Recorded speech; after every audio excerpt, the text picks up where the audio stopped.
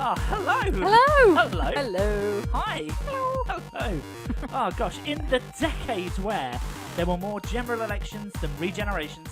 The year in which Brexit actually happened. The week where a neo-Nazi was jailed after he posted images of his Pride-themed bedsheets online. And the week in which our Prime Minister took a private jet to Cornwall to discuss climate change. What? I know you wouldn't make it up. Well, in all of those weeks, this is a special 10th anniversary episode of the Geekly Chronicles. So, when did the first episode of Geekly go out? I wasn't a host then. So it would have been summer 2011, back when the world was different. The scariest thing about travelling around the UK back then was planning for the London Olympics in 2012. And that didn't really turn out to be that big of an issue. Well, nor did our place on the medal table. But the opening ceremony did have me in tears. National pride? No, it was hay fever season. Right. For those who are listening for the first time tonight, this is actually the 62nd episode of the Geekly Chronicles. We just haven't broadcast one for over a year. We were just into the first lockdown then, and I was still living down in Canterbury. Back then we thought it would all be over by 2021. Yeah, and Barnard Castle was just a castle and not an optician's as well. Amazing. We do have a really packed show tonight. It's like having 6 people inside your house. But not threatening people, nice people. With cake. Yeah, we'd love to hear from you in the chat. Those of you tuning in live can leave messages and chat along with the show while you listen without leaving Twitch. We'll be joined later in the show by some very special guests, including activist and pun maker Matthew Hodson. And knit and crochet designer Victoria Marchant. We're also going to have something a little bit different taking place instead of a Game of Geeks. In that segment, we're going to answer some questions, but not in the form of a quiz. Yeah, I'm really looking forward to that. Speaking of our usual features, do you remember Would You Fund It that we used to do? Yeah. I really enjoyed Would You Fund It, where we kind of pitched fictional crowdfunding campaigns to each other. We thought about doing a special alternative version for the NFT era. Yeah, would you fund it? Yes, which I thought was hilarious. But we were a bit worried that someone might think we actually then like the idea of NFTs, and we don't. Yeah, I mean, if there's one thing that's become more of an issue in the last decade, it's climate change. Yeah, and how blockchain is basically a foot on the accelerator for climate change. Yeah. So, yeah, basically NFTs, terrible. Yeah, basically NFTs terrible. I mean, just what an idea. Who well, I suppose we know who Do not fund. Do not fudge. Do not fudge. Do not fudge. I mean, you can fudge. We all like a bit of fudge now. Oh, yeah. But do not fund or funge. Yes, indeed. Oh, and there's already some fantastic banter going on in the chat. Hello. So we've got someone is attempting to request something through GeeklyBot. I'm afraid GeeklyBot retired several years ago now. Yeah. We used to... now living safely on a fixed income in a... Yes. Yeah. Living safely on a fixed income in a farm just for special robots. Yeah. Get the Ocado delivery every week. And Yeah, it's very sweet. But of course, back then we used to have people chatting along to the show on Freenode. And... did you see the Freenode news recently? I didn't. Freenode's not a place we want to be anymore. Oh, okay. It's yeah. So we're pretty much just using the Twitch chat here. That's going to be quite fun. And we're going to hear from some past guests in the show as well, which is going to be really fun. And we've got Scattermoon attempting to request songs in the chat. We're not even playing songs this evening like we used to because. We've gone song free. Yeah, well, because Twitch would kick us off their platform if we played songs. Yes. And we like Twitch. Twitch is nice. I don't really want copyright strikes against my name on Twitch. And we did used to be licensed to play songs. Yes, yeah. We wouldn't want to do that in a way where artists wouldn't get paid. No, exactly. But of course, that was back when we were doing the show every other week and we actually paid for a license. Yeah, but we're doing it very ad hoc these days. Which doesn't really warrant the spendage. No, just over a year since the last episode. Yeah. Scattermoon says, how about we just get you to sing the songs? Oh my goodness. Yeah, okay. No, you don't want that. Well, not from me, anyway. Well, we've had a request for Together an Electric Dream, so I guess over to you, Catherine. Oh my god, I can't think of any lyric other than Together in Electric Dreams. I only knew you for a while. I never saw your smile till it was time to go away. Like, oh, that's familiar. Sometimes But when you it's hard ask me to put a recognise. tune it comes under as a it, surprise. my brain's just like, And it's too late. It's come on. No, okay. See, yeah. Oh, I just haven't got a prayer. I'm requesting you to sing Robbie Williams' Angels. Now, Oh we my actually goodness. did used to do a lot of parody songs on the show. I'm sure I could think of a parody to go along to the tune of Robbie Williams' Angels. I'm loving bagels instead. But I never stopped loving bagels. Bagels instead of what? I never loved anything. I don't over know, and just above like a bagels. regular sandwich Oh, yeah. or like a burger Yeah. or a donut. You know, when you can't have a donut, you'll have a bagel because it's When I'm out of bread, I'm loving bagels instead. Yeah, I think I could work. Okay, right. Well, we'll have to write that during the course of the episode. Might have to release that tomorrow along with the podcast version. Thank you very much, Elaine, for suggesting that for us. Very cool. Oh, and we've had some lovely messages from people who used to be on the show, who were guests on the show. So way back in 2016, which was Series 4 of Geekly. So I was around then. Yeah. I mean, technically this is Series 7, although, you know, it's Series 7 as in we did one episode last year, we've got one this year. Yeah. But, yes, back when we were doing regular episodes every other week, Series 4 of Geekly, it started out, we had Jordan Cox, the amazing Coupon Kid, was on the first episode of that series, but on the 7th episode of Geekly, my true love, no, in Series 4, it was Canada Day, Okay. which happens once a year. Mm-hmm. But I at the time knew approximately one Canadian, Okay. and so we had her as a guest on the show. And we also played, because, you know, back in 2016, How I Met Your Mother was still cool. We played that Canada Day song from Let's Go to the Mall by Robin Sparkles. Which was fun, and we had Misty DeMeo on the show to talk about, well, Canada, being a Canadian And poutine. from Canada. I remember. That's there pretty was much talk of poutine. That's my most lasting memory of that. So we got a lovely message from Misty. Let's Yay. hear from Misty. Hi there, this is Misty, long-time listener, and I was also on the show once back in 2016. I'm excited there's another Geekly show tonight. I've missed you all. Good to have you back. Things are going pretty well over here in Canada. Hopefully they are going well for you too over there. Excited to hear from you and looking forward to hearing your voices again. Oh, well, thank you, Misty. It's lovely to be back. Oh, it's so Um, nice hearing from real from life people. Right, because I'm not a real life person. We talk most days, but yeah, you never hear from a real life person. Thanks. like a voice, you know? I don't know. I yeah. have one of those It's too. like But I suppose I've had conversations with fewer people over the past 12 months, I imagine, than I would have done. Well, I think we probably all have, haven't we? Certainly with voice. I mean, I know that, you know, I've probably talked to people more on Discord and text chats than I have using my voice. Although I think I've got a lot more comfortable with voice chats as well. But then, you know, we've had loads of guests on the show over the years, and our theme music was actually written by one of our guests, and we had on the very surfed. Wow, I can't even talk tonight. On the very first episode of the second series of Geekly, which was your first episode too. I don't think I was actually a co-host on that one. I You was were sort of on doing a feature. Yeah. I was doing one feature and was otherwise sort of, you know, shaking pom-poms on the couch. Yeah, you were still around though, so I like to think it was your first episode. And that was the launch of the new theme tune. So season 1 was very, very different. It was quite a different format. It was much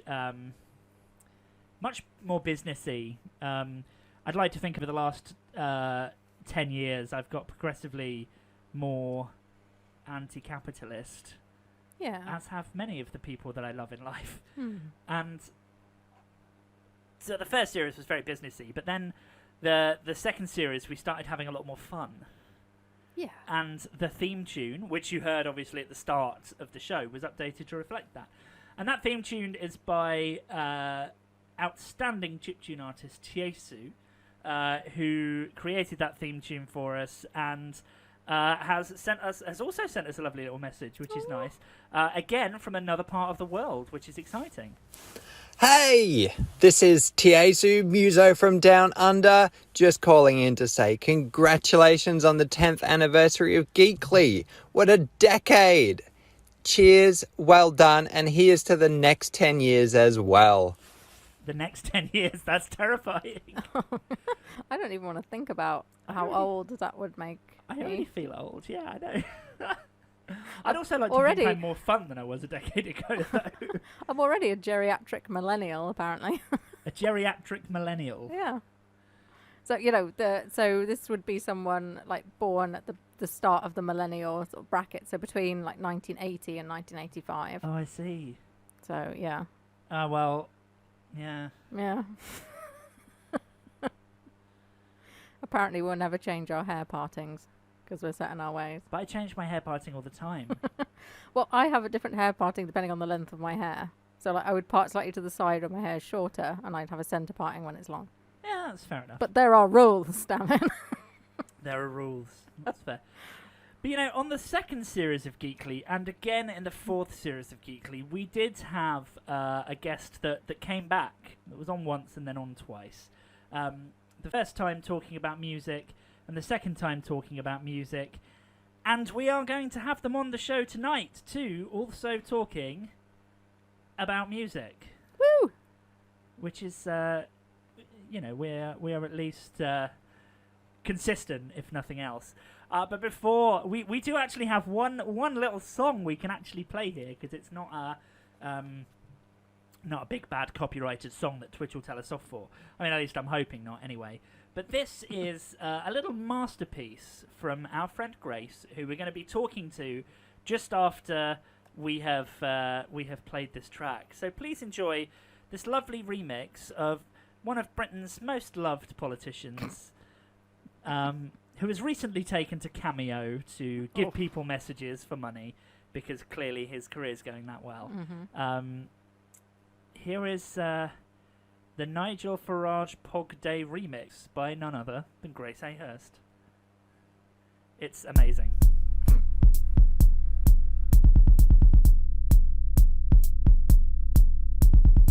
Hi, I'm Nigel Farage, and you've got to listen to the new debut EP by Grace Hayhurst. Team Chungus need you, so please don't be a crew cuck. Chungus up. You've been spending far too much time with your liberal girlfriend. She's a sussy imposter. If you're not careful, you'll sabotage you. Happy holidays, Valorant gamers. Based on what? Chungus. Big Chungus sends regards. Based on what? Big cringe imposter. Big Chungus sends regards. Happy birthday, Hugh Janus. Base Brexiteer. Based on what? Happy birthday, Hugh Janus. Big up, ballet, massive.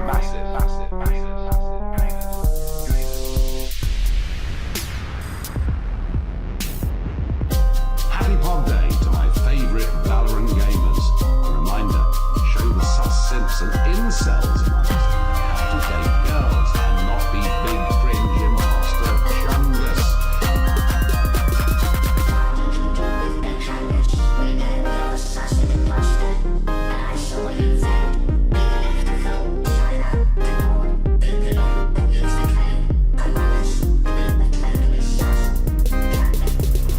Delicious curry meal.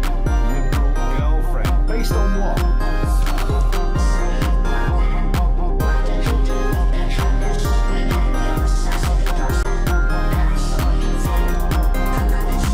I love your SoundCloud. Very epic. Chungus. Okay, so It's quite incredible, really. I love it. Yeah, I mean, what's not to love? That is really quite an epic, cursed, but epic, maximum cursed, as people are saying in the chat, but quite epic. And we have its creator on the line now. Hello, Grace. Hello, friends. Hello, how are you? I'm all right. Yeah, I've had a little afternoon enjoying the sun because Britain's been pretty rainy recently. But you know, it's been all right today. Been nice. It has been pretty rainy. Yeah. Actually, it hasn't. I don't know what you're talking about. I've had no rain. Well, I mean, in the context of the last 8 months. Yeah. Oh yeah, okay. Well, in the context of the last decade, then there's been loads of rain, loads of it. So, Yeah. tell us about that remix. So it became a bit of a meme in a little friend group. We kept discovering and uncovering more YouTube clips of all of these different Nigel Farage cameos, and it just got to the point where I was like, I've just got to make a remix of this. There's so much great, awful, cursed content coming out of that lovely, interesting individual's mouth, and it was reaching for a remix, and I spent a lot of my time over the last COVID era of my life refining a lot of my production and songwriting skills. So I thought this would be a great little comedy experiment to make something awful and hopefully hilarious. So, I mean, most people don't necessarily strive out to make something awful, but I feel like you've succeeded so well. Yep. And awful in the best possible way. Yeah, I mean, it's awful because it's good. It's so good because it's so awful. Yeah, and that's the great thing. I spent years holding myself to high standards, making sure that everything's perfect and never releasing anything that's not good enough. Turns out if you try and make things that are objectively awful and funny, it doesn't actually matter if they're a bit rough around the edges, because you still get the message across. That's And, good advice for it's life good there, I stuff. think. Yeah, Done is definitely. better than perfect. Done is better than perfect, yeah. absolutely. And so thinking of done being better than perfect, you've got an EP coming out soon, right? I have. It's all very scary. We are very close to announcing a release date and all of that good stuff. I have spent one of my lockdown projects the last year recording stuff, working with all sorts of musicians, but it's a very different musical creative output. So it's sort of instrumental metal rather than bizarre remixes. So yeah, I've been working from people from the band Slice the Cake and Novena. They've been working on some of the mixing side of things. I've been working with some of the members of Kairos on the music videos. So there's a sort of a big cross collaboration of a bunch of cool music people in the prog scene. So yeah, I'm very excited for that to come out in a couple of months' time. And am I allowed to mention that I've heard a little preview? You are allowed to mention that you have heard a little preview. So I've heard a little preview of this EP, Catherine, and it's really good. Really good. So where will I be able to get it? Your ears? Okay, right, okay, It's good. probably more a question for Grace, that. Yeah. This is, yes, eventually we will be releasing on all of the various delicious streaming platforms, such as Spotify and Apple Music and Bandcamp. And What about the less YouTube. delicious ones? The less delicious ones, we will be releasing it on wax cylinders. So if you're into that, I've also commissioned a bunch of physical releases as well. So those are actually arriving into my house next week. 100 CDs. Oh, Which CDs. somehow I've got to sell. Yeah, we're going full 1993. Oh, that's right. I So don't- presumably you've got artwork and everything done, and Oh yeah. So I've been working with this really cool artist from Slovenia called Anya, who's done a great job with the artwork. And yeah, it's all really exciting. It's all coming together. A lot of what I've been doing the last couple of weeks has been endless video editing for a couple of music videos and some other bonus content. So yeah, it's all kicking off. We're just jumping over the finish line, and we're hopefully going to announce something in the next couple of weeks. oh wow, I'm really excited. I mean, new music is always good, but new music that's like a collaboration between artists and different musicians, and it's happened across lockdown, and I think it just sounds like a really exciting project. And Yeah, so that's great. Nigel Farage has been involved in the. Has he been playing an instrument, or is he just providing vocals? Yeah, exec producer. He provided some of the creative direction. So presumably No. they're not available in mainland Europe. No, absolutely not, never. So, Grace, you were a guest on the Geekly Chronicles twice. was. Once in 2013 and once in 2016, and now obviously 2021. Gosh. And you listened to quite a number of our episodes back in the day. I have, yes. What was your favourite bit? Oh my gosh. Or I a mean, memorable bit. even through the intro of you reintroducing the show today, just remembering some of the crazy episodes of Game of Geeks, how competitive it used to get.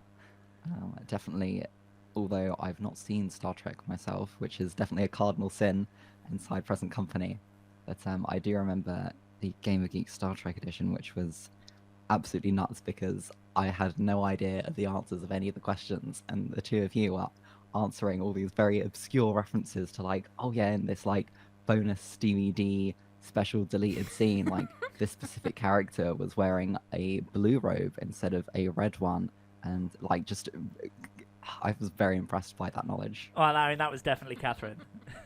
It was definitely Catherine, yes. So Star Trek PJs is a is a sort of subgenre that I rather like. You are literally sat here doodling in a Star Trek notebook. Yes.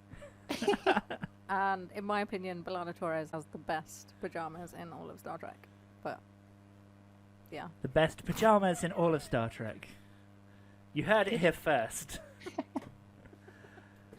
Oh, wow. So what's the last decade been like for you then, Grace? But lots of things happened. I learned to drive.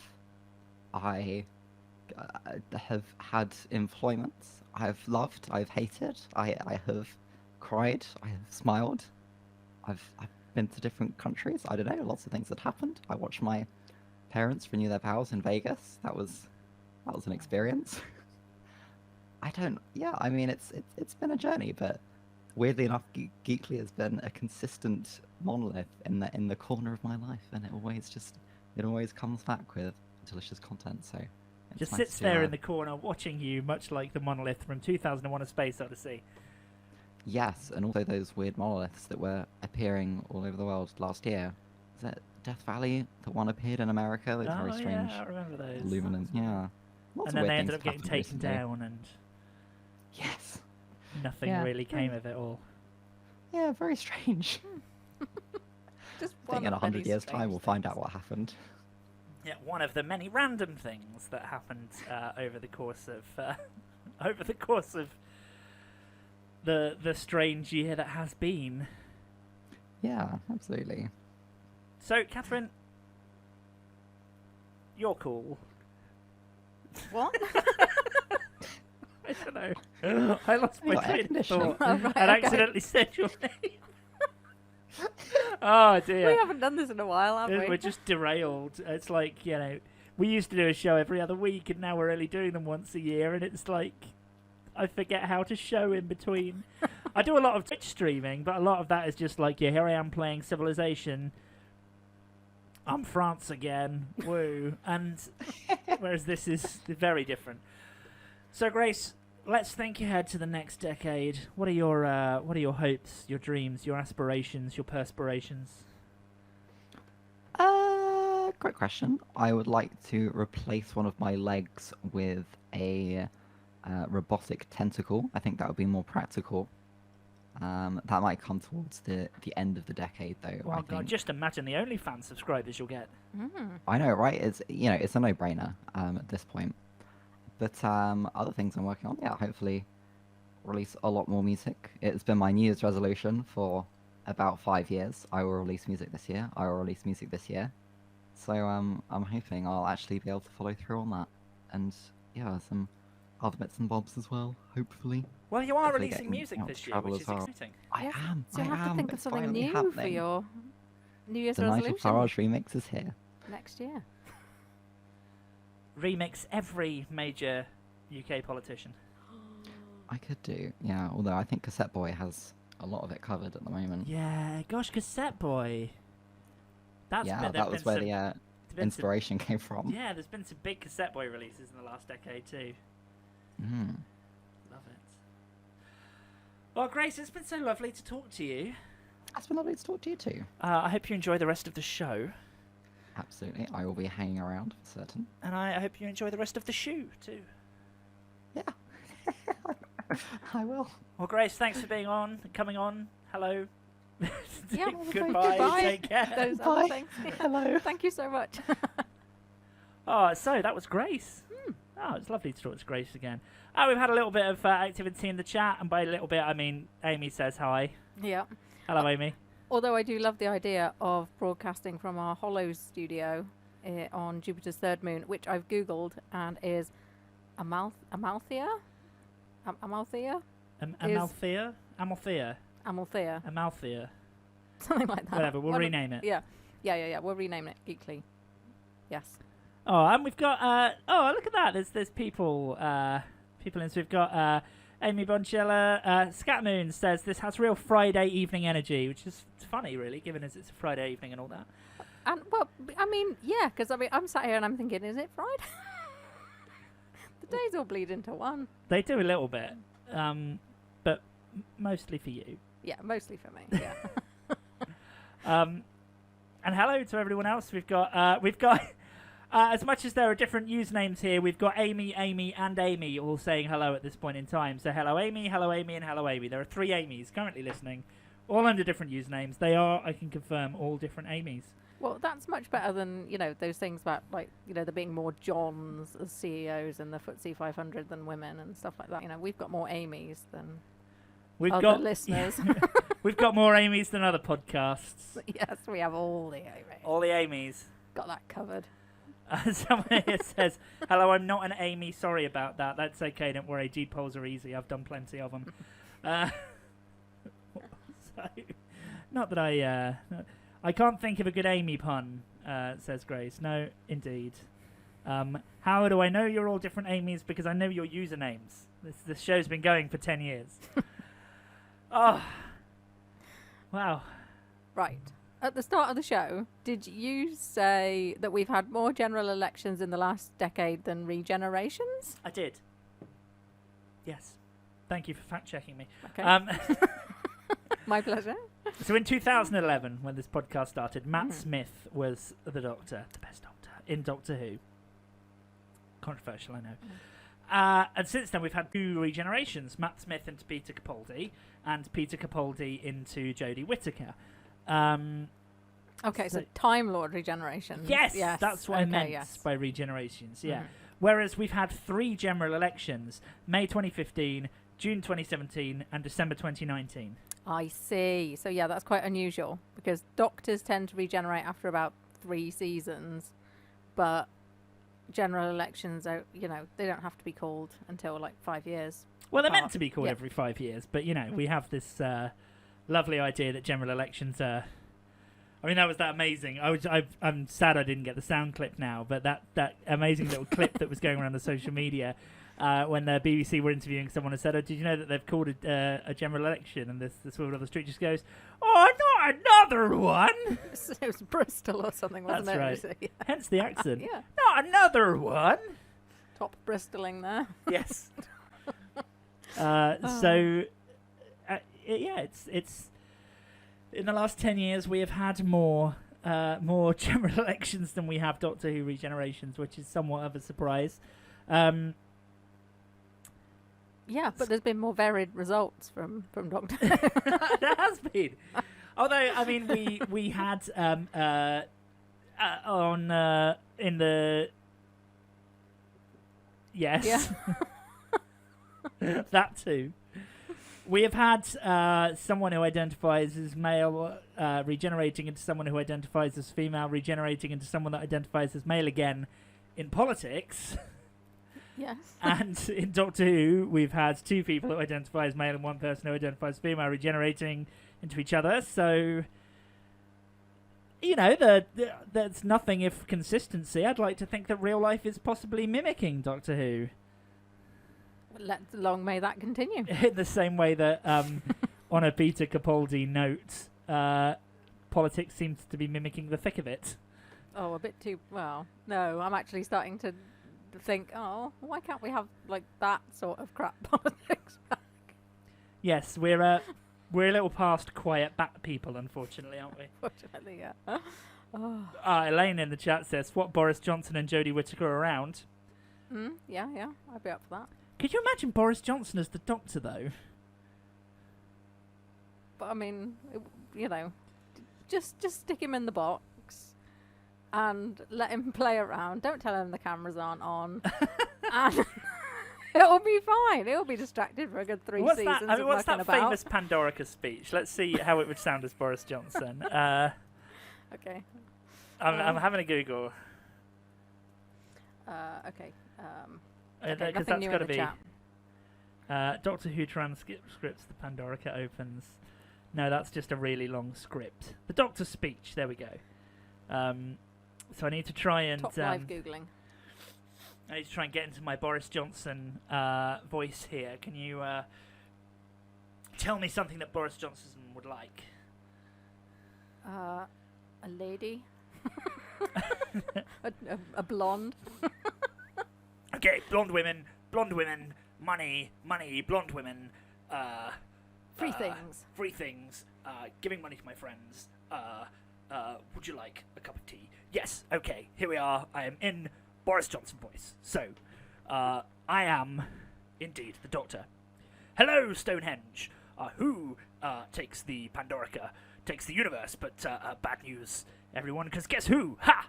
Except you lot, you're all whizzing about. It's really very distracting. Could you all just stay still for a minute? Because I am talking. Now, the question of the hour is, of course, who has got Brexit? I mean, the Pandorica. I do. Now, next question. Who is coming to take it from me? Look at me. I have no plan. No backup. No weapons worth a damn. Oh. And something else. I don't have anything to lose.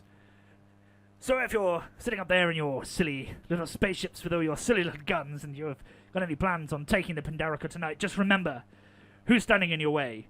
Remember every black day I ever stopped you, and then do the smart thing and get the Pandorica done. Grace asks, all right, who put a hex on the show? Okay, so... This is also maximum cursed. Yes, I've seen that. So there we go. That's Dr. How that would go. Yep. Boris. Dr. Boris. It was a good speech to pick, I thought. Yes, right. Who takes the Pandorica? No. With no vaccine worth a damn. Yes. Anyway, you step into my beautiful blue box. Don't want to get anywhere near Boris's blue box. And it's many, many children. So, you mentioned the B word at the start of the show. I think you might have mentioned it just then. Yeah, I did mention Brexit, mostly because it makes me so cranky. The latest reason I'm cross is because of VAT. I think it's really going to affect my yarn shop and my ability to sell to EU customers. Wait, Brexit has consequences. How? So it would seem. What consequences does Brexit have? Well, my latest consequence of note is the whole VAT to things sold to people in Europe thing. So currently, I'm not registered for VAT for my yarn shop business because I don't have to be. Unless you're turning over something like 85k in a year, you don't have to register for VAT in the UK, which is a big help for a new business or a small business. But now, if I want to sell anything to EU customers, I have to register for VAT in a European country of my choice and submit quarterly returns. I mean, that sounds like a lot of work, especially when it's not your full-time job. Yeah, and the fact that I'm making sort of so little money from it at this stage, everything I sell, that money just goes back into buying more stock for the shop. So it makes it hard for me to justify sort of more work, putting more time into it, something that's not really paying me a wage. So, it would also mean I'd have to put my prices up for people in the EU as well. Wow. Yeah. I can still sell to people in Europe via Etsy, because then it's their responsibility to take the VAT. Right. But then that would put the cost up even more because Etsy fees are sort of higher than selling directly anyway, so it's still frustrating. And you think it will stunt the growth of your business? Well, it's better for customers in the EU who want to buy stuff from the UK, from the point of view that they won't get stung with sort of unexpected or difficult to calculate charges when they buy something from the UK. As long as its value is under 150 euros, it will come through. The VAT will have already been taken for them, and it's all good. But I suppose it's not as good for me because unless I can be bothered with the admin, or I can justify the admin, I could be losing a whole chunk of customers. Wow, so it benefits EU citizens, but doesn't benefit UK citizens trying to run businesses. I mean, it's almost like some kind of union inside of Europe would be kind of beneficial here. I think that could work. Yeah. Speaking of the knitting and yarn worlds, though, there's been a lot happening there since we did our last show. There really has, yeah. And a lot of that has been about Ravelry, which is the biggest online community of yarn crafters, and the most complete database of knitting and crochet patterns in the world. It's had a redesign, and it's caused all sorts of accessibility problems for some users. So let it not be said that we're just spinning a random yarn here. You see what I did? Yeah. See what I did? This is a serious issue that isn't just about the knitting, but about how we create a world that is accessible to people and how we take on board that feedback. And we're going to talk about all of that stuff with our next guest, aren't we? Yeah, we are. We're going to go into it quite a bit with our next guest. Actually, shall we get stuck into that now? Yeah, that sounds good. Let's go. Now we're joined by knitwear designer Victoria Marchant. Oh, hello. Victoria, would you like to introduce yourself, tell us your pronouns, and share with us what you do? I'd love to. There we go, there's an My pronouns are she and her. I'm a knit and sometimes crochet designer. I've been doing that for just over a year now, and before that I worked on software that's used by investment bankers to trade on the stock market. Now I'm an ex-software designer myself. Hello, fellow nerd. No, I'm not a knitter, but I seem to know more and more people who are. How do you feel about knitting and other yarn crafts becoming something of a phenomenon in this strange new world? I think it's pretty wonderful, to be honest. I mean, I think there's still that stereotype of knitting and crafting being something that maybe nans and mums do without very much skill for a little bit of fun on the side of all their caring and parenting duties. So anything that disrupts that devaluation of creative labour is a great thing in my book. Creative skill is still a skill. And any of those knitters will tell you that it's actually pretty technical, especially if you're designing garments or creating brand new stitch patterns. And that's what I really love about it. There's the freedom and the creative side of it, but also there's plenty of reasons to bust out a spreadsheet. That sounds great to me. I'm not great with hand-eye coordination, so I really struggled with knitting. But I like the idea of combining creative arts and industry. It's not just for old ladies. When did you decide to make knitwear design your job? That was February 24th, 2020. That's a very exact date. Let me tell you the story of how it all came about. So my daughter and I are both autistic, and when she was about to start school, it became pretty clear that me having a normal 9-to-5 job just wasn't going to work out. It put all this pressure on our morning routine, and we couldn't find any suitable after-school care. And the bottom line was that the simplest solution was for me to quit work and be there for her. So that's what I did. After a little while, we sort of settled into a nice routine, and I found that I really missed having a job, but I couldn't commit to meeting anyone else's schedule and demands. So I was spending a lot of my time during the day knitting anyway, and I was starting to have all these design ideas, and it just seemed like a really natural thing to try releasing them and see what happens. I'm extraordinarily lucky in that I don't need to worry about bringing in an income. So it started out by just being about meeting my needs to feel like an individual rather than, mum, wife, and to give my brain something to do that was a bit more complex than an Ocado shop. Then last February, I went to Countess Ablaze's workshop, Rock Out With Your Yarn Out, which is all about helping small yarny businesses find their voices and identities and come up with marketing strategies. I was there as well. Were you? You were there? Oh, well, that's why this happened, isn't it? This is stars, planets aligning. Such a great day. Well, it was. And it was February 24th, 2020. That was the last yarn show I went to.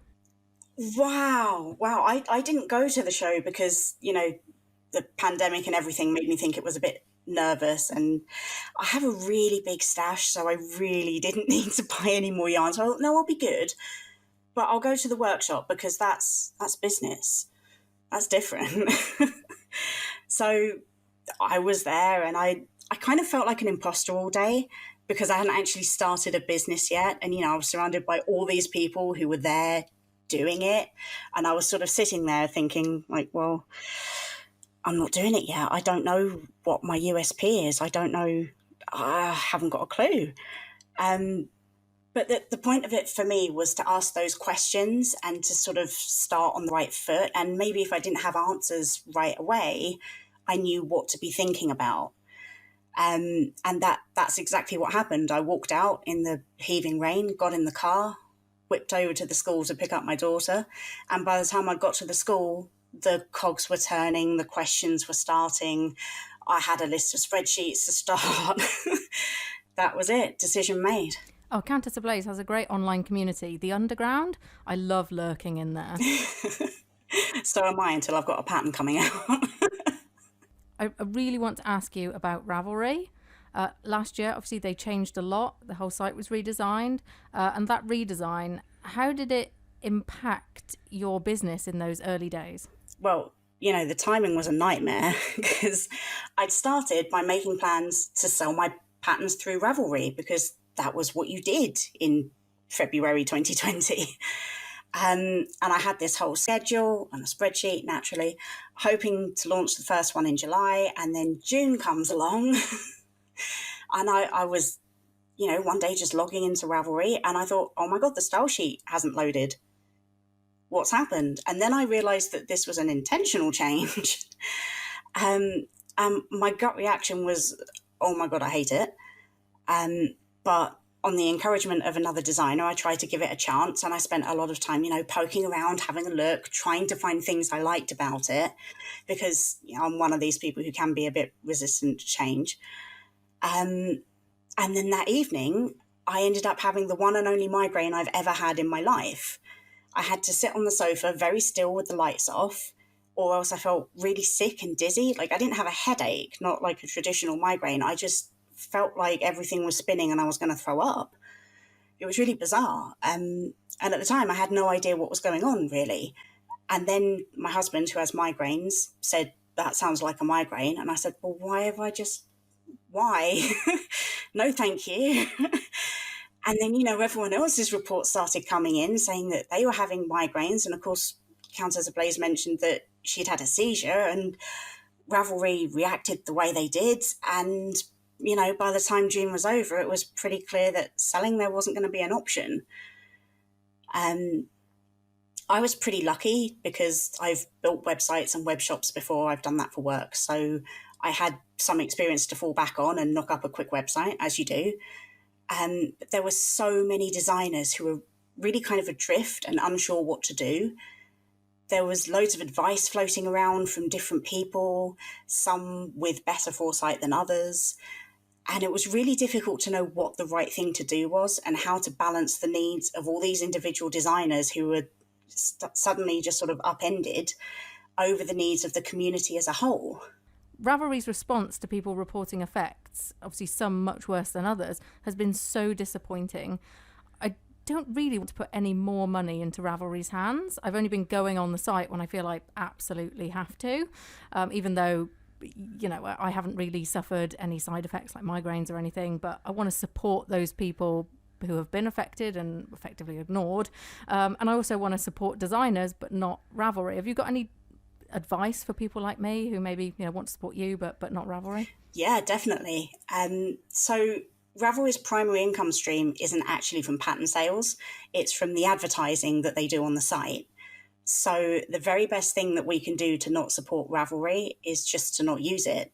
Don't log in, don't look up patterns there, don't use the forums, and don't buy there. Don't give them the traffic. That's what the Ravelry Green Out was all about, where Ravelry users agreed to log out and not log in again for a few days. And that worked. There was a really noticeable dip in traffic while that happened. And I do realise that leaves a pretty big hole in the yarn community, but, you know, alternatives are popping up all over the place. Designers are shifting their social spaces to other platforms, like Countess of Blaze, who we mentioned. She's on Mighty Networks now, and she's foregoing social media entirely, which I wish. And of course, many of us are making our patterns available elsewhere. And actually, I think that's a really good thing. Some people kind of think that accessibility is a box to check. You know, you have a disabled loo and you put a ramp in and you're done. But actually, it's far more complicated than that. And one of the really difficult truths about accessibility is that different people need different things.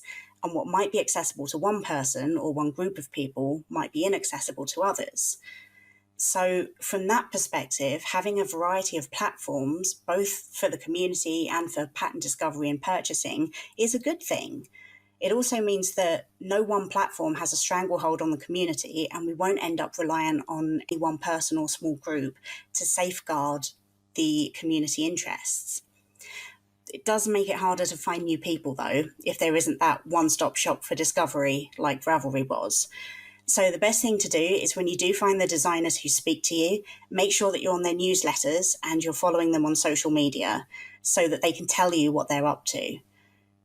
There are a few great ways to find them in the first place. There's the OffRav and OffRav designers hashtags on Instagram and Twitter. There's yarndatabase.com, which is a directory of designers and tech editors where you can filter by the kinds of patterns they have and also the designer's identity. There's great roundup newsletters like Fiber Happenings, and there's platforms like YarnPond who facilitate test knits, which lets you see what's coming up from lots of different designers and find new ones, even if you don't actually do any of the tests. Oh, that's a great tip. I knew about YarnPond for test knitting, but I wouldn't have thought of it as a way to keep my ear to the ground for sort of what's coming up for my favourite designers. Yeah, that's a great tip.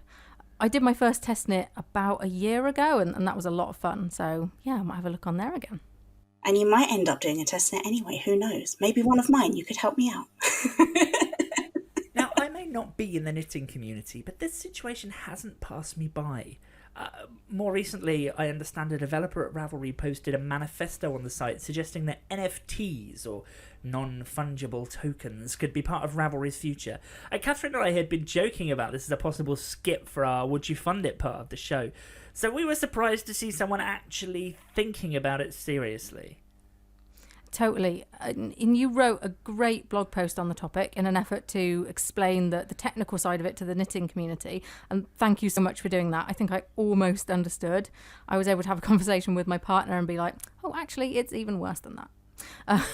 So can you tell us a bit about that and why it was so necessary to put that information out there? Yeah, well, I think the simple answer there is that most people don't know what NFTs and blockchain are. And the manifesto in question didn't do anything to explain it. So someone had to, so we could make sense of this proposal and work out what we all think about it. One of the most common responses I see when NFTs are criticised is to claim that the person criticising it doesn't understand them. You know, you'd agree with me if only you knew more. So by explaining it in a less technical way, I was hoping to empower more people to have an informed opinion. I need to do a little tiny disclaimer here and say that I'm by no means an expert in NFTs. I've never worked with them. I've never studied them in any official capacity. I just read up about them because that's what nerds do when new technology comes out. We go Googling. And it's the kind of thing where if you understand the technology behind blockchain and why it works, your first thought might be, oh, actually, this is pretty nifty. It's an elegant solution to a problem. I like it. But what's elegant in theory isn't always good in practice, and NFTs specifically solve a problem that just doesn't exist. So I'm going to explain NFTs and blockchain even shorter and less technical than the blog post, hopefully. That's my goal. Stop me if I don't make sense. Okay, so blockchain is a technology that stores data in a specific way and makes it very difficult to hack or corrupt. NFTs are a type of data that's stored in a blockchain. Cryptocurrency comes into it too, because details of who owns which specific bits of cryptocurrency, sort of like which specific banknote, are also stored in a blockchain. And cryptocurrency is what people get paid in if they use their computing power to solve the complex equations in order to create and verify new blocks in the chain. This computing power is the really big problem with blockchain technology. Basically, creating a new block uses a whole load of computing power, which means electricity, which means, for some of it at least, fossil fuels, which we all know are terrible. Worse, lots of people who are known as miners, they will all try and solve these equations first in order to earn the cryptocurrency. So everyone who tries and fails has just wasted huge amounts of resources. The whole practice is incredibly wasteful. And I really don't think that cost is worth it when you consider what NFTs actually are. They're essentially just a receipt for a digital thing. It might be a cat GIF. I mean, really, it might be a cat GIF. Or it might be high-end digital art. Or it might be a knitting pattern. They don't stop you or anyone else from copying that thing, so it's not copy protection. In theory, it's a higher quality receipt because it's so difficult to hack or corrupt the data that's stored in a blockchain. But I don't think that's the kind of security we need for knitting patterns. And it gets worse. NFTs are inherently linked to cryptocurrency, specifically one called Ether, that's traded on the Ethereum blockchain, which means that if you want to buy an NFT, you have to pay in Ether, which means transferring your money into Ether, which is another block in another chain and more fossil fuels wasted. Then you also have to pay the transaction fee for doing that, which will obviously jack up the price of patterns because designers can't pay that. You have to pay the price of the NFT itself, and you also have to pay for something called the gas, which is where the buyer, which is the person buying the knitting pattern and the NFT that goes with it, they have to pay the miners for all of that environmentally devastating work that they're doing. And here's the kicker, that's not a flat fee. It's a variable market rate, which means if there's a lot of demand right now, because, say, Stephen West just put out a new pattern and everybody's buying it, then the price goes up. If you can't afford to outbid everybody else, your transaction goes to the end of the queue and you have to wait. Maybe minutes, maybe hours, maybe days. In theory, any amount of time could pass before your transaction gets picked up by the miners and you get your NFT and therefore your pattern. So what's being suggested here is that every time a knitter buys a pattern, they also buy an NFT to prove that they've bought it. At least I think that's what's being suggested. Then when the knitter wants to open the pattern, whether that's via Ravelry's library or an app or a different website, the NFT would be checked to make sure that they're allowed to do that, which does sound kind of nifty that you can buy it anywhere and open it anywhere, but it's easily worked around by like opening the PDF in Preview or Acrobat or printing it and taking it to the pub. So not only do NFTs currently have a terrible environmental impact in their own right, they're also contributing to the environmental impact of cryptocurrency. They do very little to improve the knitter's pattern buying experience, and they might actually insert a huge delay between you buying a pattern, which now costs more, and actually getting it, which might really mess up that cast-on party. That would totally derail a knit along. Wow, I'm learning so many different new words. Knit along, cast on party, incredible. Yeah, or a cowl for a knit along or a crochet along. So let's get back to a brighter note. Can you tell us about any designs that you're working on at the moment? Oh, yes, please. So, July is my first birthday as a designer. My first pattern came out July last year. So I'm doing a double pattern release instead of just the one to celebrate. The two patterns are called Zenith and Nadir, and they're both shawls, but they're opposites of each other. The inspiration came really from emotions and feelings and mental states. So Zenith is all about that effortless, carefree feeling where the sun is shining and crypto hasn't decimated the planet. Everything's going right and there's nothing to worry about. And Nadir is the opposite. It's that feeling that everything's going wrong, everything's too hard, and you feel like you can't make a decision because you'll just get it wrong and make things worse. Which I know sounds like a terrible inspiration for a knitting pattern, but bear with me. So they both use the same yarn, and for Nadir it's held double on bigger needles, so it works up nice and quickly. And I went with really familiar, comforting stitch patterns, things like ribbing and garter stitch, switching between the two and increasing to make a scalene triangle. So it's asymmetrical, it's a bit pointy and offset to sort of echo that bad mood, but it's a pretty mindless knit. There's no cast on, you just start with a slip knot. And then the finished shawl is really squishy and comforting because of holding it double. So it's sort of like a hug that looks like it's angry. Well, that's kind of the idea. It's not supposed to remind you of that bad mood. It's supposed to help you through it. So there's sort of nods to it in the visual design of the spiky, asymmetric, offset things. But at the end of the day, it's there to make you feel better. It's there to sort of pull you out of that pit, nudge you back towards the light, as it were. And then Zenith is the opposite of that. So it's a half pie shawl. The yarn is held single, and it has slipped cable stitches with beads to make a stitch pattern that most people probably won't have used before, because I actually invented it. It looks a little bit like little X's with a bead in the middle, so it's like a little beaded kiss. It's all very small and fiddly and lots of tiny stitches, and you have to pre-string your beads, and it's a little bit more effort. And of course, the finished shawl is much lighter and drapier because the yarn's not held double.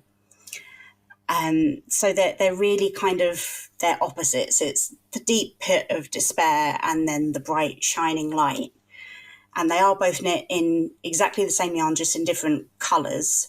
One, Nadir is sort of a deep, dark teal, and then Zenith is a bright, shining, soft duck egg. So they're really very opposites, but they do kind of photograph nicely together as well. Both of those are in tests at the moment on Yarn Pond, and they'll be out on July the 16th. If you can't wait for those, I do have another one that's out next week on Friday the 18th of June. That one's called Kodachrome, and it's a really easy knit. It's, again, a bit of a contradiction, because it's a great thing to be knitting in the summer because it's small and light, because it's a hat. But it's really meant to be worn in the dead of winter because it's so cozy warm.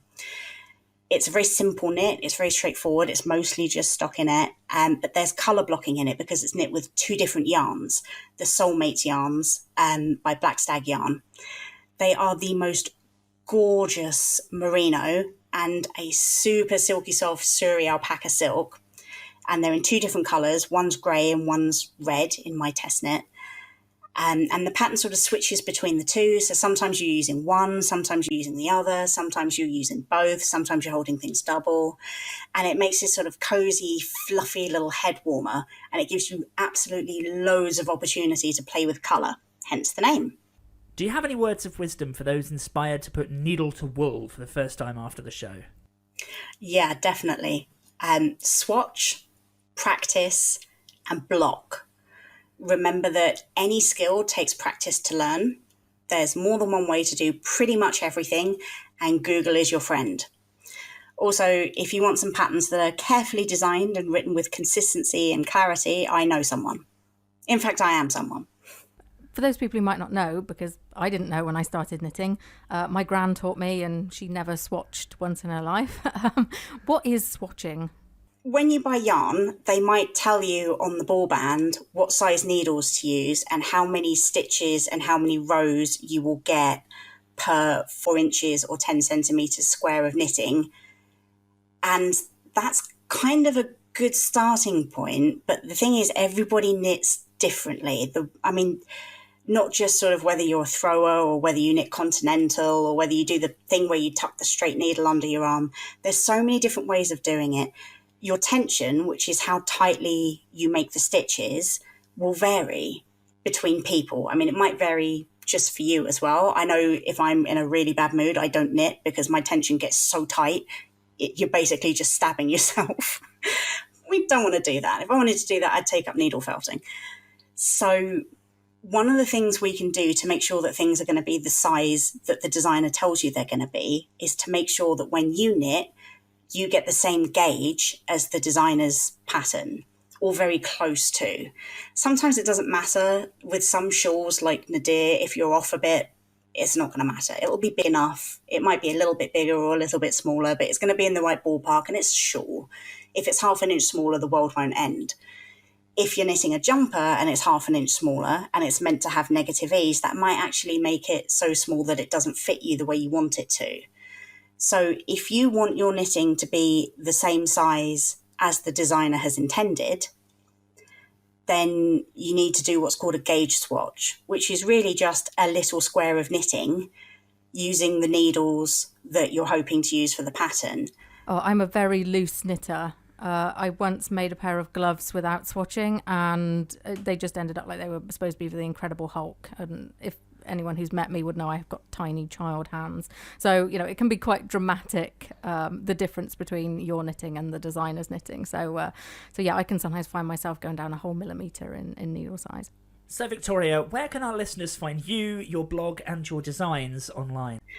You can find all of my patterns, my blog, links to my social media accounts, and subscribe to my newsletter and more, all at victoriamarchantknits.com. Thank you so much for joining us. Thank you. Thank you for having me. It's been absolutely wonderful. It's the Geekly Chronicles. It's like the Archbishop of Banterbury and a Bantosaurus Rex and a Bants baby, and it's like top, innit? I've missed those jingles. Oh, thank you so much, Victoria. That was an excellent. That was great. Excellent thing. Bit of yarn nerdery. Love it. Yarn nerd. I'm also really loving the suggestions in the chat as to what NFT could actually stand for. New friendly tomatoes. Nut flavoured toast. Nightmare folks time. Knitting for Trump, but with an N. Never frog trousers. Yeah, I wanted to do a knitting themed one. And then someone said never friend Trevor, which is not right because everyone loves Magical Trevor. So I hear. And the things that he does are ever so clever. So what was that? Swatch, block, and what was that advice? It was swatch, practice, and block. So swatch before you make the thing, then make the thing, then block it, and then go make something else. It just reminds me of, do you remember the film Dodgeball, where you've got Right. Patches O'Houlihan as the coach, and it's like Yeah. the 5 Ds of Dodgeball, and the first and the fifth one are dodge. Yeah, dodge, duck, what was it? Dodge, duck, dive, dash, and dodge again. Yeah. It just made me think of that. For some reason. For some unknown reason. Oh, well, thank you so much. NFT. Natch, Fractus, and Tlock. Okay. I don't reference to get what we that just one. said, I think. Tlock instead of block. Yes. Natch instead of swatch. There's some extreme... Dodge, duck, dip, dive, and dodge. Thank you. Thank you. Thank Oh, you. crikey. That was going to annoy me. Yes. Well, it's funny how these little themes keep popping up across shows because we've talked about knitting before. We talked about knitting last time around. We did. And then this time we talk about knitting, but of course it's 12 months later, so it's all about the terribleness of NFTs and how the knitting community is being hard done by, and that's a very 2021 thing, isn't it?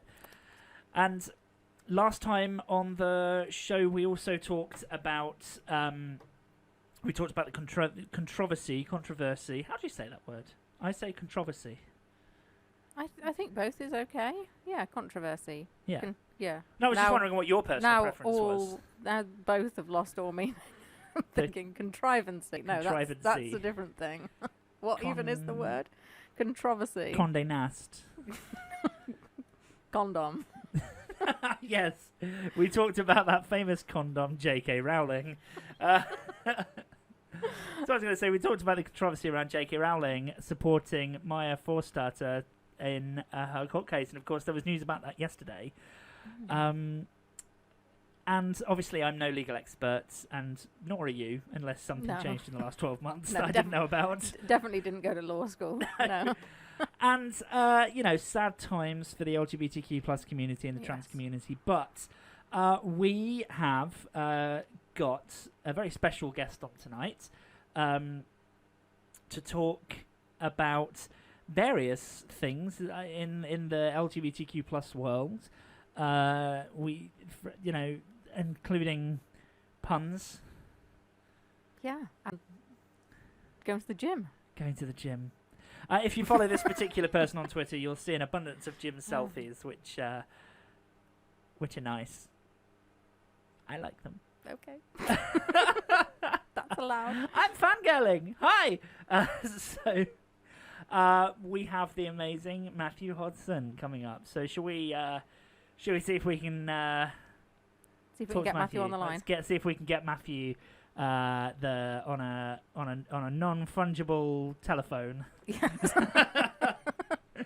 and go from there. Now we're joined by activist and director of AIDS Map, Matthew Hodson. Hello, Matthew. Hi there, how are you? Matthew, would you like to introduce yourself and tell us your name and pronouns? My name's Matthew Hodson. My pronouns are he and him. So we just passed a significant milestone in that 40 years ago, on the 5th of June 1981, the first cases of what became known as AIDS were reported in the United States. Now, it's easy to look back with 4 decades of hindsight, but by all accounts, those were terrifying times. When did you first hear about AIDS, and what was your reaction to it? Well, I first heard about AIDS from watching the Horizon documentary, A Killer in the Village, which was broadcast in 1983. And it was kind of significant for me because I was 15 at the time, I think, or maybe I'd just turned 16. It was around the time of my birthday. And I had just gone to a gay club in London called Heaven, picked up an American bloke and gone back to his hotel and had sex. And so then I sat down, watched this documentary, which says there's this new killer disease. It's killing people who are gay or who are having sex with Americans. And I was like, that is it. I am so screwed. That was my introduction to being a gay man and also my introduction to AIDS. Oh, wow. Your HIV diagnosis came later. What was the world like at the time you found out that you were HIV positive?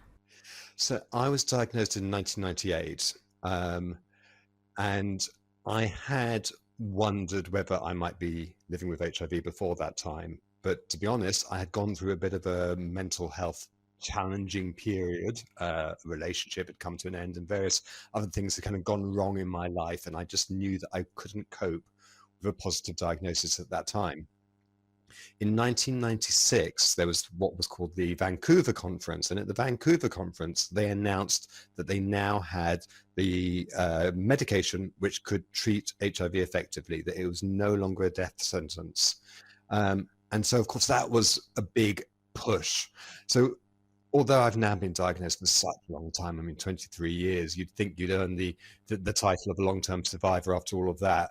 But actually, I always feel like the long-term survivors are the ones who were diagnosed before 1996, because they would have been diagnosed at a time when there was no effective treatment and when they were still talking about an HIV diagnosis as a death sentence. So at the time that I was diagnosed, I knew there was treatment. And so I knew it wasn't going to kill me immediately.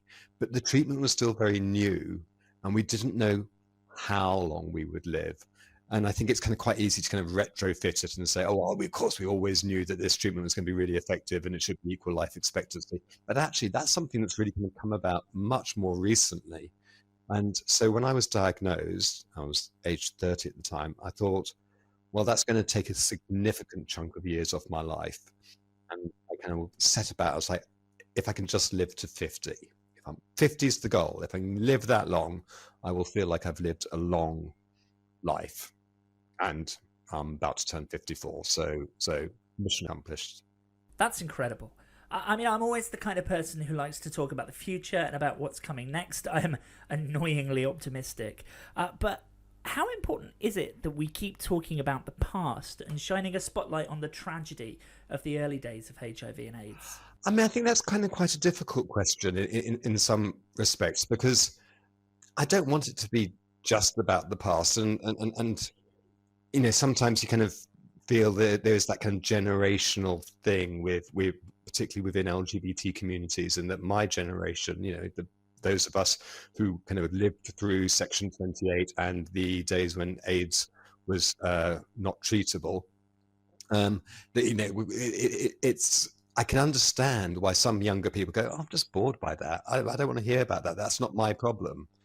And I think that's legitimate, because I know that when I was at university, when I was just kind of starting to come out as a gay man, you know, that there would be the people who would talk about the days pre-1967, pre the partial decriminalization of homosexuality. And I was fascinated by those stories, because I wanted to know, you know, how did you meet up? How did you have sex? Was the sex really good? You know, all of those kind of questions churning around in my head. But for other people, it's just like, we don't care about that. You know, I mean, I remember in the 90s, and we got pubs, gay pubs, with windows that were open to the street, and we thought this was the most incredible innovation ever. We felt that we were the generation which had conquered everything, because we are no longer hiding behind blacked out windows. And I think there's that thing with every generation. Every generation thinks that they're the first or the best or the ultimate. And it's true, because every generation does have its joys and its triumphs, but also every generation has its real challenges. And, you know, we've seen, since the challenges of Section 28 and AIDS, which my generation in particular had to cope with, we've seen new challenges emerge, such as chemsex, such as obviously COVID in the last few years. And what has been really something that's been really just horrible for me to witness, and worse for other people to experience, is the level of hostility which has been directed against trans people, which really seems to have ramped up in the last couple of years. And I don't know whether I've got PTSD or something like that about it, but I mean, it's so familiar for people, for those of us who lived through Section 28, and that language that is being used against trans people now, it's you know, you can't distinguish it really. It's the same thing. And so I really get annoyed when other gay men or lesbians or bisexual people aren't as furious as I am and saying, what can we do to support our trans siblings? We need to stand with them, because the tools which they're using, the weapons which they're using to attack trans people now, are exactly the same weapons as they were using to attack us back then. Media has played a really important part of telling the story of HIV. I mean, we all watched It's a Sin when it came out recently, and I remember watching Armistead Maupin's Tales of the City. It was just seminal in my understanding of the gay community. When Tales of the City did its reboot in 2018, there was a really interesting scene where a gay man in his late 20s, early 30s was at a dinner party with a group of gay men in their 50s and 60s. And they were talking about challenging transphobic language, and the older gay men were appalled and said that the generation today have it so easy when they had it so hard. Now, that seems to strike a very different tone with what you're telling us here. So what role do you think that storytelling has in helping us to get past this issue? I mean, I have to say, I thought that reboot of Tales of the City was just wonderful, and I just loved how it embraced... Are we allowed to swear on this podcast? Okay, how that whole, you know, fuck you attitude towards, you know, embracing the whole rainbow. I thought it was just wonderful. It was, you know, we're taking no prisoners. This is going to be a queer show, and deal with it. And I just thought that was great. I think there is this generational there's always going to be intergenerational conflict, and I think it's something which is so harmful for all of our communities, and it's harmful for young people and it's harmful for old people. So I would love to consign that to the dustbin of history. I think that no generation has a monopoly on grief. No generation has a monopoly on hardship. No generation has a monopoly on joy. So I feel that younger people who didn't go through what I went through, perhaps could learn some of the things which I learned. Let's not reinvent the wheel of activism every time. There's a torch of activism which I received from the generation before me, and I want to pass that torch on to future generations. But at the same time, that's not coming from a place of arrogance. I learned so much from younger people, and I really value what I learned from younger people. And I just love having younger people in my life who can tell me things which I don't understand. I mean, there's some things I will never understand. I mean, I think I'm just, the whole video games and Pokemon, I don't even know how to pronounce it. I mean, I'm that old. But, I mean, there's elements which I will just never get. It's fine. Old men in technology, it's useless. But there's so much which I do learn. And one of the things which I do love is this embracing of kind of queer, diverse communities. I think that's really wonderful. I know that there is, for example, a long history of non-binary identities, but I only know that because I read this article by Travis Alabanza, which was fabulous, and it kind of went through it and talked about non-binary identities across cultures and across time. And I was like, I am learning so much, because it just wasn't on my radar when I was growing up. And I think this is the fabulous thing is, we're watching societies and communities evolve and change, and quite rapidly. And I think information technology, social media is only increasing the rapidity with which we evolve.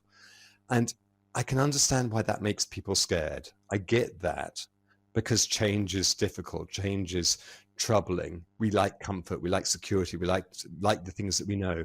But I also look at the state of the world, and I look at what, frankly, I'm just going to say, what white, cisgendered, heterosexual men have done to our world. And I don't think it's that great. So if we mix it up a little bit, and if we start looking beyond gender binaries and beyond binaries of sexuality, and start saying, well, what can we do to ensure that all people, no matter what their skin color is, what their background is, what their educational attainment is, what their wealth is, that all people are valuable, and all their opinions are going to, if we can get that diversity of opinion and of thought and thinking together and actually look at what the best solutions are, we can create a better world. And isn't that what we want? Oh, absolutely. I want to give you a round of applause right now, but you're several hundred miles away, so it really wouldn't do much.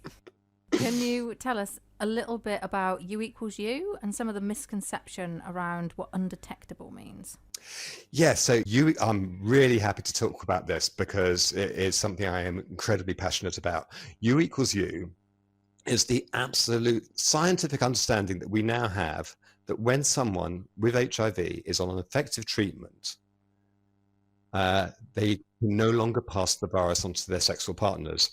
Now, we call it U equals U because the goal of HIV treatment is to suppress the levels of virus in the blood. And when it gets suppressed to a certain point, it becomes what is termed undetectable. Now, in a way, it's a bit of a clumsy expression, because actually undetectable, meaning it can't be detected in a standard test. Well, the test got more accurate, and so then what was undetectable then became detectable, and so that kind of confuses the whole issue. But leave that aside. Let's just say viral suppression, and we refer to viral suppression as undetectable. So undetectable means untransmissible or untransmittable. These aren't real words. It kind of annoys me that I think all the terminology is a bit clunky, but it has now just reached that level of penetration into the community that it sort of feels like, well, it's a done deal. We're just going to have to live with the fact that it's called U equals U.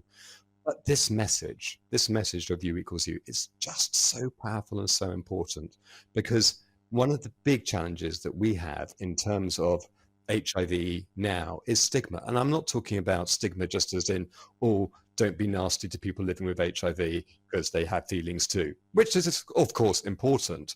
But I'm talking about stigma as in the barriers that it creates to HIV testing and the barriers it creates to HIV treatment and to people's ability to be adherent to their HIV treatment.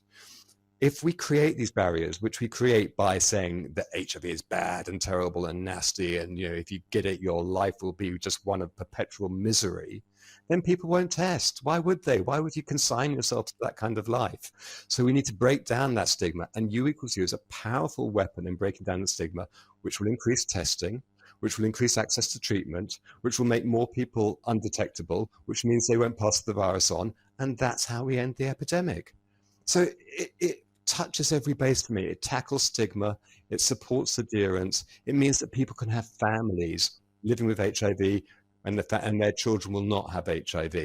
And it is a powerful call for everyone, no matter where they are, no matter how much money they earn, that they should have access to the treatment which saves lives and prevents transmission. Amazing. Oh, incredibly important message. And what about AIDS Map? AIDS Map is the name of the website, which the organisation that employs me does. It provides information about HIV and AIDS to people living with the virus, and also to those people who care for them, whether that be their families, their friends, or their healthcare providers. So we've got two main sections on the site. One section deals with all the news about HIV. Most of this comes from journals and conferences. It's very sciencey, it's very geeky. If people are into their science geekery, it's the place to go for HIV and AIDS information. And then we've got the About HIV section, which is kind of, I would say, it's static information. It's the information which doesn't change so much. So it tells people how HIV is and isn't transmitted. It will tell people about how to safely conceive and deliver children without HIV. It talks about some of the other impacts that HIV may have upon bone density, on the menopause for women. So it's a great resource. I mean, I work for it, so obviously I think it's the best source of information about HIV and AIDS that there is. I think others may argue, but then they'd be wrong. Oh, thank you. What a great resource. Now, many of our listeners may not have heard many first-hand accounts of living with HIV in 2021. Can you talk a little bit about how it impacts your life today?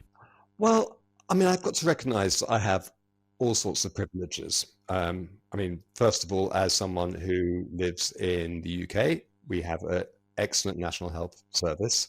My HIV medication is free to me, and these structures which allow me to access my medication are really stable. So I don't want to get overconfident because the world is changing very rapidly, but I mean, I feel like I'm in a really good position. I'm luckier than people in the US, for example, where actually access to treatment is much harder, and I'm luckier than lots of people, say in Southern Africa, where there are stockouts, as in they can't get hold of the drugs. Often the clinic visits are much harder to arrange.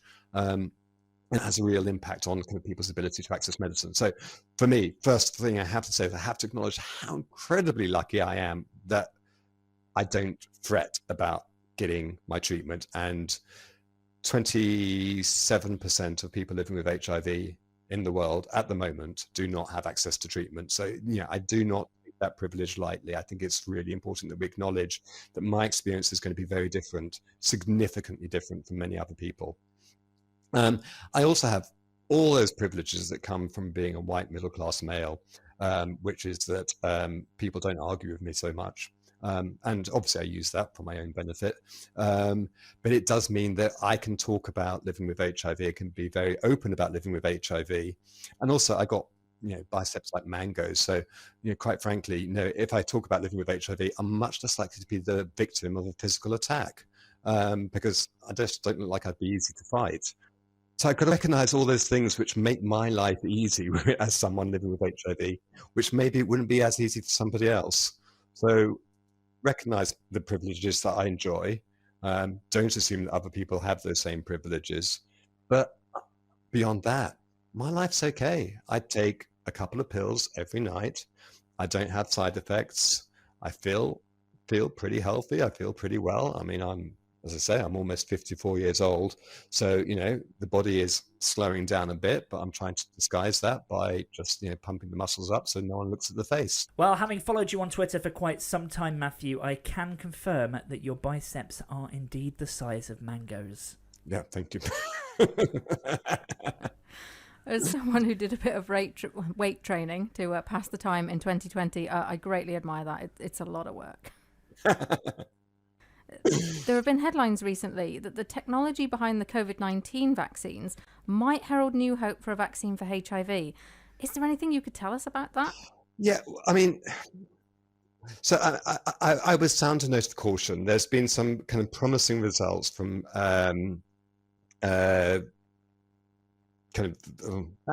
gosh, my mind has gone blank.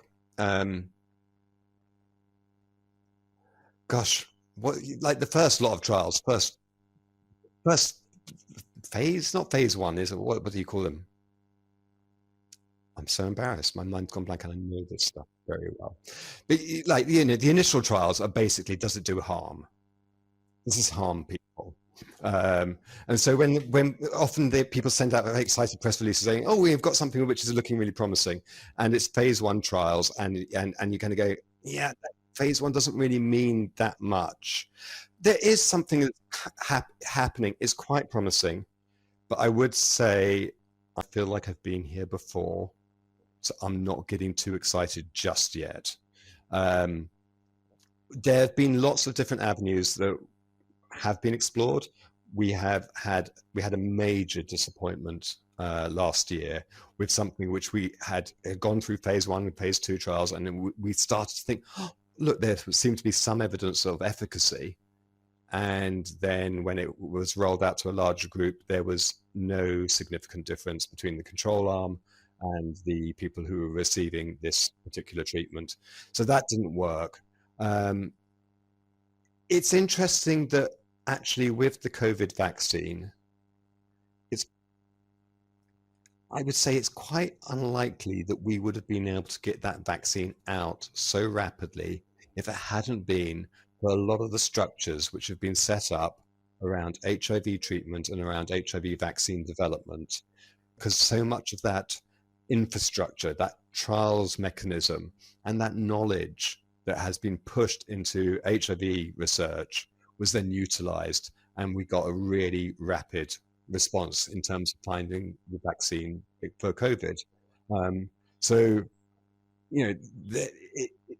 it is that thing of a high tide lifting all ships, or whatever it is, that actually all of that effort that scientific effort that's been put into HIV treatment, vaccine, and cure research has really helped with the COVID effort. So if something comes out of the COVID effort, which also then repays that to HIV, that would be great. I very much doubt we would see something available very quickly. I mean, everyone I speak to who knows more about this, because I'm not a sciencey guy, I am a geeky guy, not sciencey guy. They kind of say, even if we kind of get there, even if we get really, really good results, it's still 5 years or more down the line, and there's going to be discussions around cost and cost effectiveness and all of that.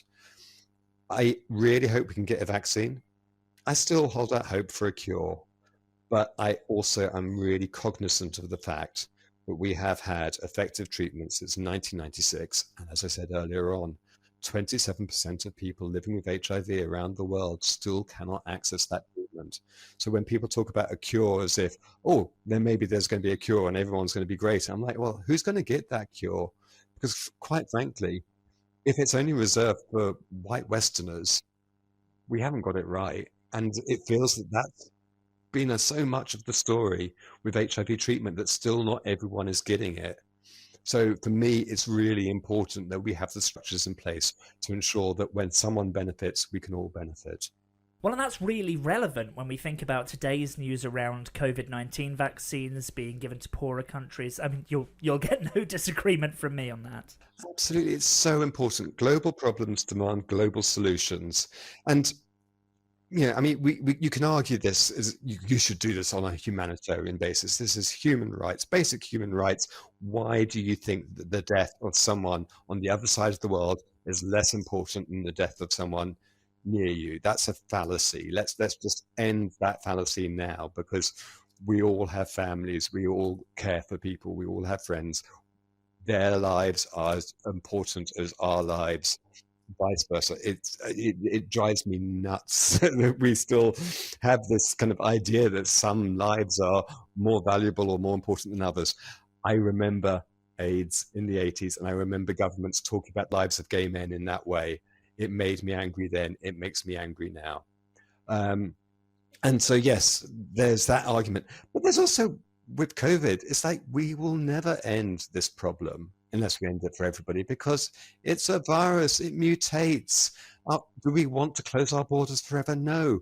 I mean, already you've got, the Brits panting at the gates trying to get on holiday. It's like, well, do you want to go on holiday? Let's vaccinate the world. That's the way we can do it again. That's the way we can actually return to some new normal, at least.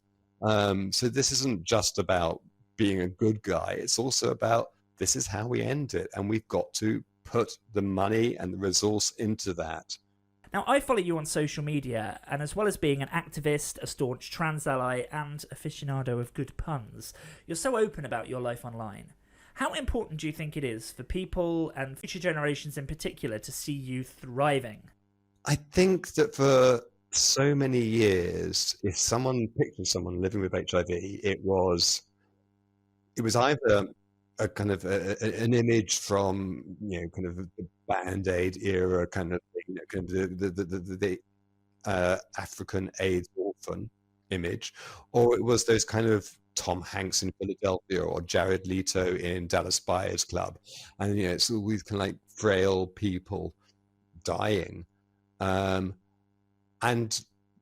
that's not how it is. And I kind of wanted to put out images into the world of someone who isn't just surviving, but who is actually thriving with the virus.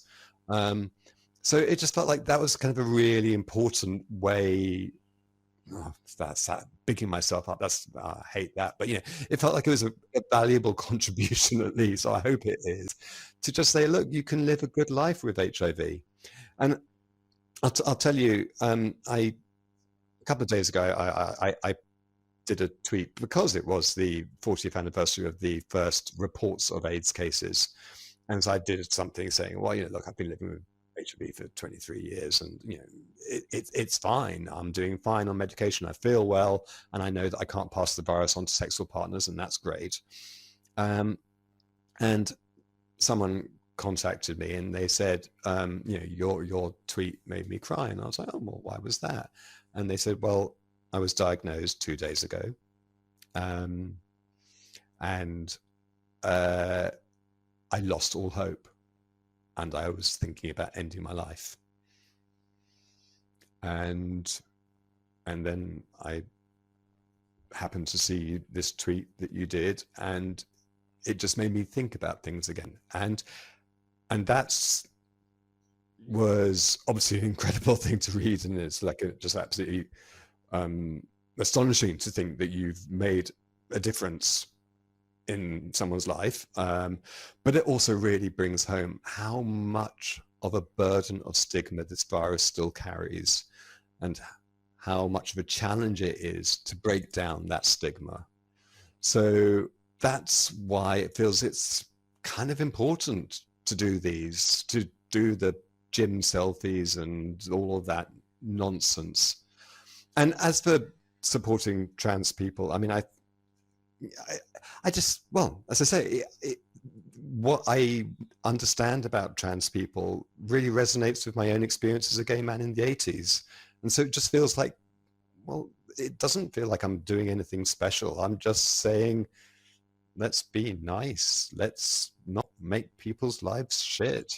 And that doesn't feel like that should be an extreme viewpoint or anything like that. That just feels like the obvious, normal, humane, right thing to do.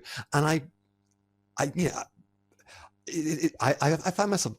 find it amazing, really, when people say, "Oh, you're a good trans ally," because it doesn't feel like I do anything much, and I also feel really conscious. Oh, I'm probably going to get things wrong.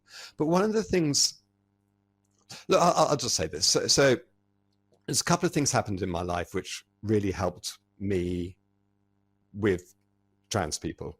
One was I had a meeting with an extraordinary woman called Michelle Ross, who set up Clinic Q at 5016th Street. She said, "Can you come and talk to me? Let's meet and talk about trans sexual health." And I was like, okay. I was working at Gay Men Fighting AIDS at the time. And so I went to meet with her, and we had a long conversation, and she was so good because she answered some of the questions I had, because I think sometimes cis people get a bit nervous about talking with trans people in case they make a mistake. And as I say, I'm sure I make mistakes the whole time. And that, of course, then becomes a barrier. But Michelle was so patient and so clear and direct about what trans people needed in terms of sexual health, which, of course, was where I was working. I was like, okay, this is really, really good. And then there was another thing. There's a woman who's just in my social circle, and she's trans, and we were both invited to a birthday party in the West End. And she said, "Oh, would you mind traveling with me?"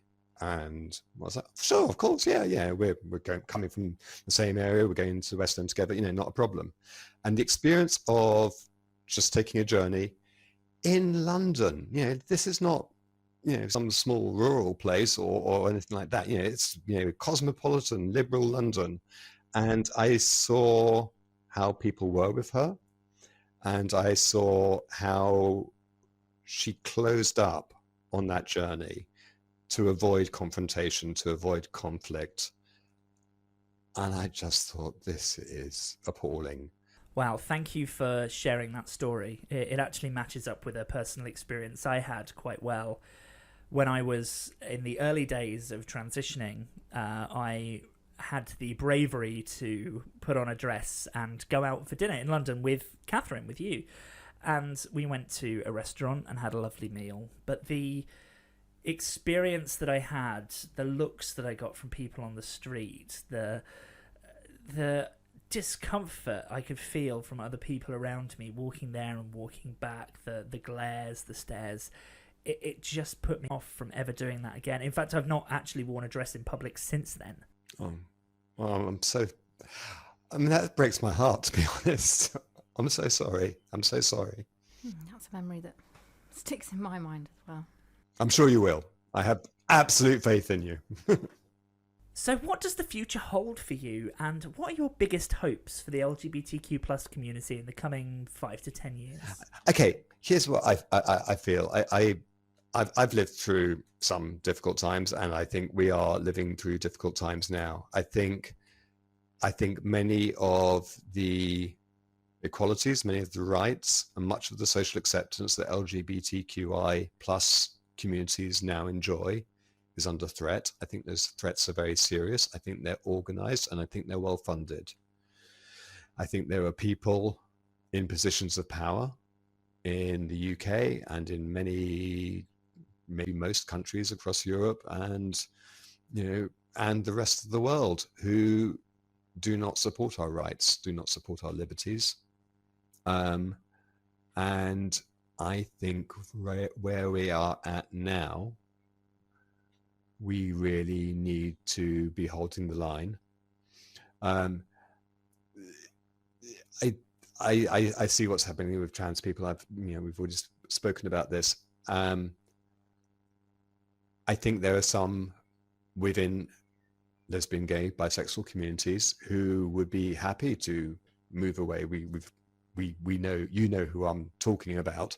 A certain alliance, maybe.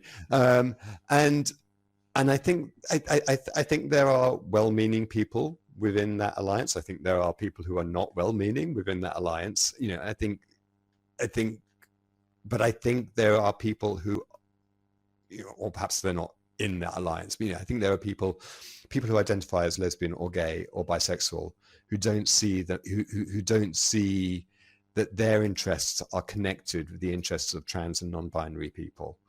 I think they're wrong. I profoundly think that they're wrong, because I think that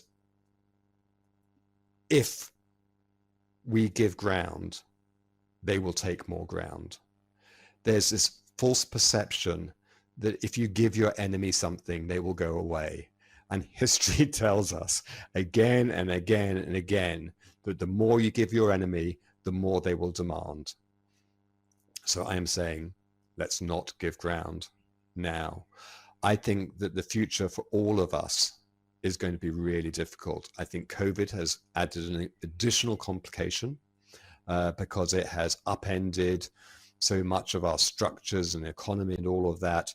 And that can be used as a cloak to introduce retrogressive law and attitudes. We see it in the way, it's not just trans communities who are being demonized. We see migrant communities being demonized. We see a ramping up of rhetoric against refugees, for example. And it's coming from the same place. We see it in women's reproductive rights as well. It's coming from the same place. It's coming often from the same funding sources. And I don't want to sound like someone who's, wearing a tinfoil hat or anything like that, but I think there are real dangers ahead.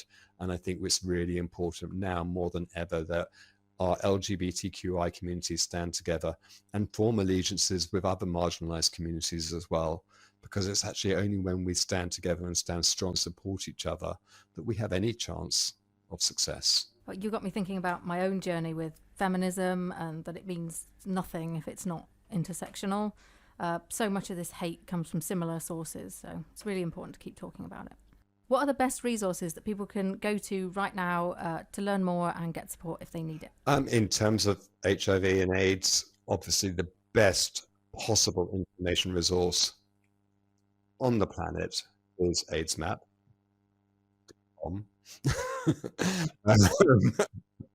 But I think what's really important is that people are able to access information in a way which is right for them. So obviously there's AIDSmap.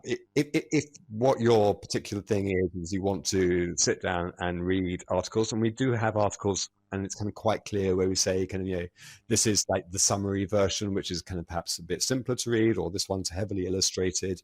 And then there are the more intense and more scientific pages as well. But one of the things that I've been really keen about is ensuring that we just teach people where they're at. And so we've kind of produced like a range of different kind of resources, like video resources.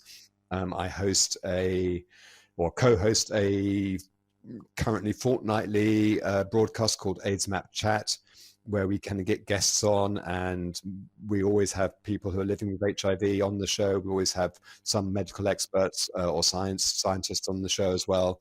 But we talk about HIV in a way which I hope is really accessible and kind of fun. And usually there's some laughs, and we broadcast one last night, and there were some tears as well. So it's a big, it's all a great big emotional mess. But I think it's it depends what kind of information people want, but we do try and provide information in a format which will be helpful to people on the site. So for HIV and AIDS information, AIDSmap. And where can our listeners find you online? Oh, it's hard to avoid me, but well, no. So I'm on Twitter. I'm at Matthew_Hodson. There is another Matthew Hodson who's also on Twitter, and he's a nurse, and I think he must hate me because we keep on getting mixed up. But he doesn't post as many gym selfies as I do. And there's another one who's a barrister, and I think he must hate me even more because I suspect him of being heterosexual. So you can find me on Twitter. That's where I'm most comfortable. I am on Instagram as well. But I mean, that really is just, blatant nudity, basically. And I don't think I'm very good at it, to be honest. Um, Old man in technology. I'm just like sitting there going, "Oh God." But yeah, they're well, I hope they're kind of fun and interesting. And you can find NAM AIDS Map on Facebook as well. Oh, amazing. Thank you so much for joining us, Matthew. It has been funny and insightful, and it's given me a fire in my belly, and not a hunger one for a change. Thanks, Matthew. It was so great to talk to you both. Thank you so much for inviting me on the show. Bye. Bye-bye. Okay, bye. So, Kestrel, Catherine. how do we follow a hard-hitting interview like that? Well, by remembering that when life gives you mangoes, squeeze those bad boys until you're covered in juice. I'm not sure I really get that metaphor. Sorry, I was thinking about those biceps again. We're known on Geekly for having a really wide range of guests. And in the past, we've had a real mix of hard-hitting and laugh-out-loud fun. Yes, sometimes we've even had both in the same interview. Oh, God. I just thinking back at some of the guests that we've had over the past decade. I mean, Matthew there was obviously amazing. And in the show we had a year ago, we had an amazing panel of people. We had Jacob Edward, James Fay, Ben Saunders, and V. Wegman on talking through their experiences as trans people. And just an incredibly hard-hitting... just an incredibly hard-hitting interview. Yeah, and then in another episode, I might join live from the local fish and chip shop. Oh, I remember that. That was back in... the spectrum of guests. That was Series 4, Episode 5 from memory. Oh, was that really from memory? No, it wasn't. I was looking at a spreadsheet. And we had Dr. Sue Black on the show that week, who's talking to us all about women in tech, which was really cool, and her journey, which was awesome. And that was in the same series as we had Misty on for the Canada Day episode. And actually from that series, in episode 8 of that series, you were doing the show from the UK, and I joined remotely from Hawaii. Oh, you've been a guest on your own show. I was a guest on my own show. I came to you from a view of I was looking over a beach in Hawaii. It was ridiculous. Wow, times we can only dream of. Yeah, and so many really wonderful people. We had Mary Hendry on talking about the Women Are Cool and Interesting blog, which was awesome. We had William Hanson, who is an etiquette expert.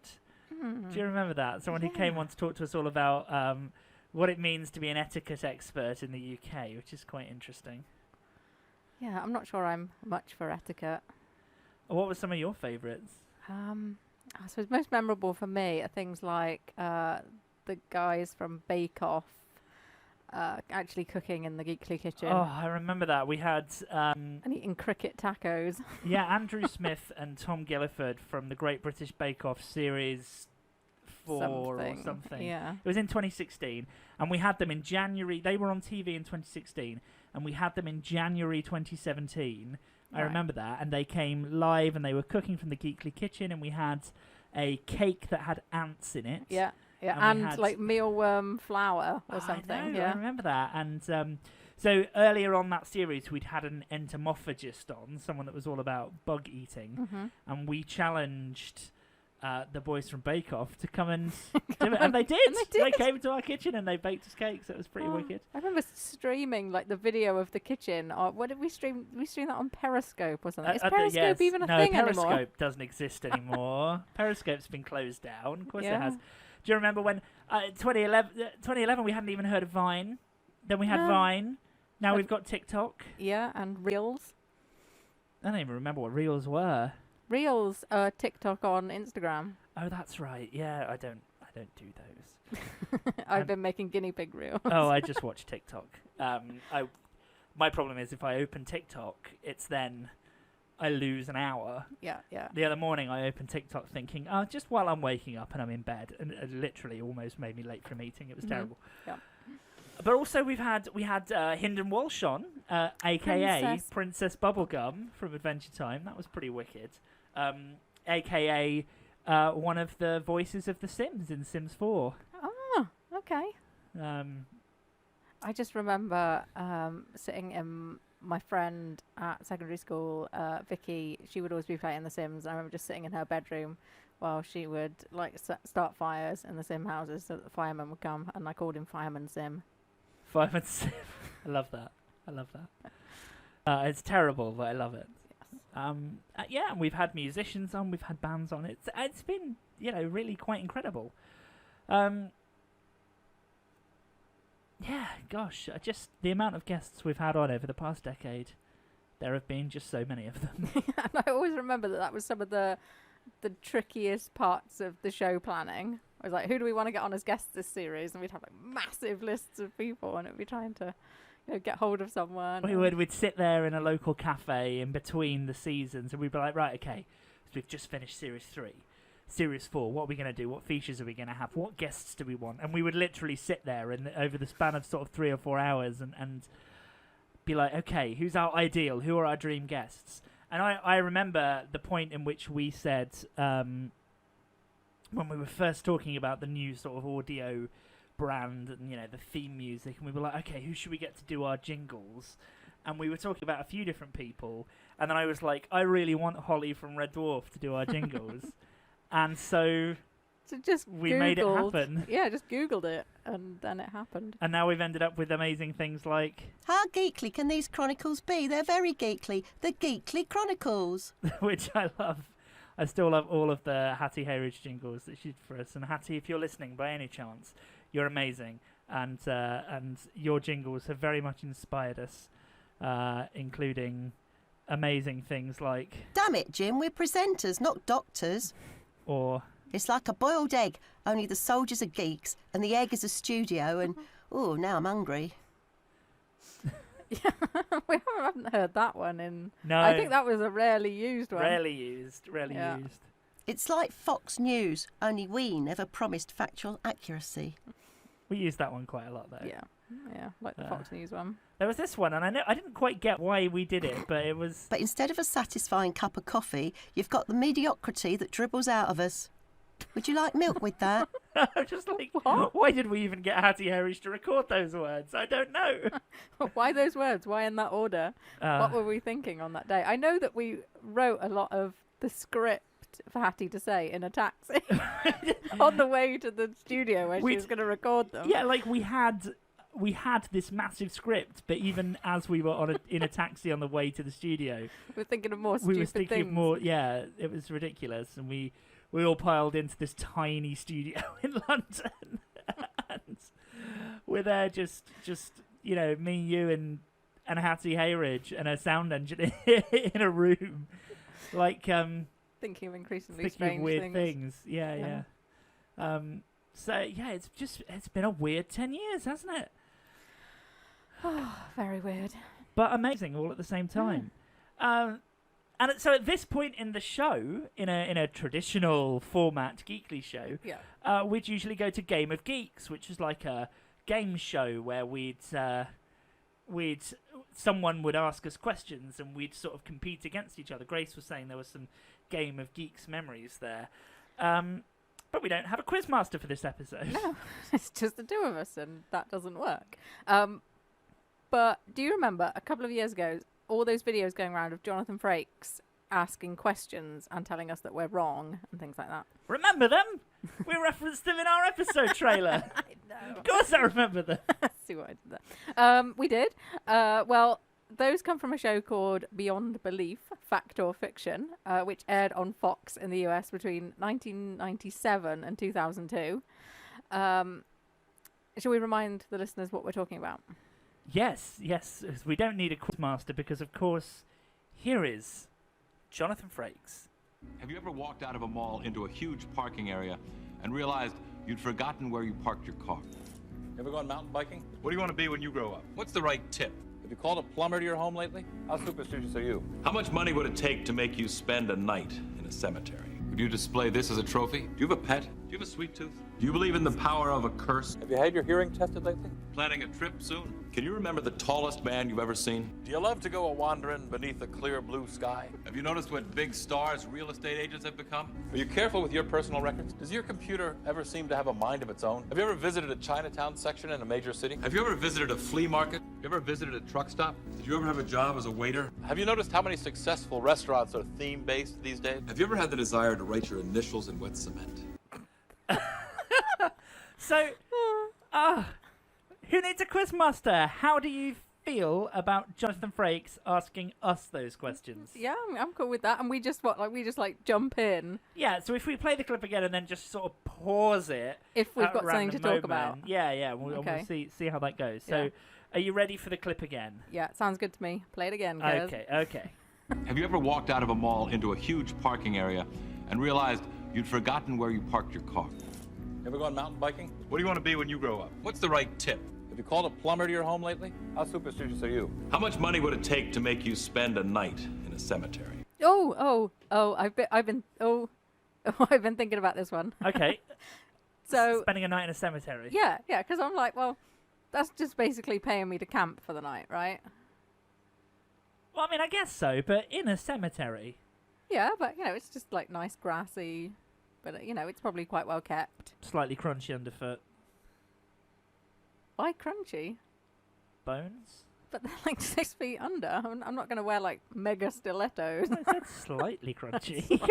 Slightly crunchy. So I have thought about this quite a bit.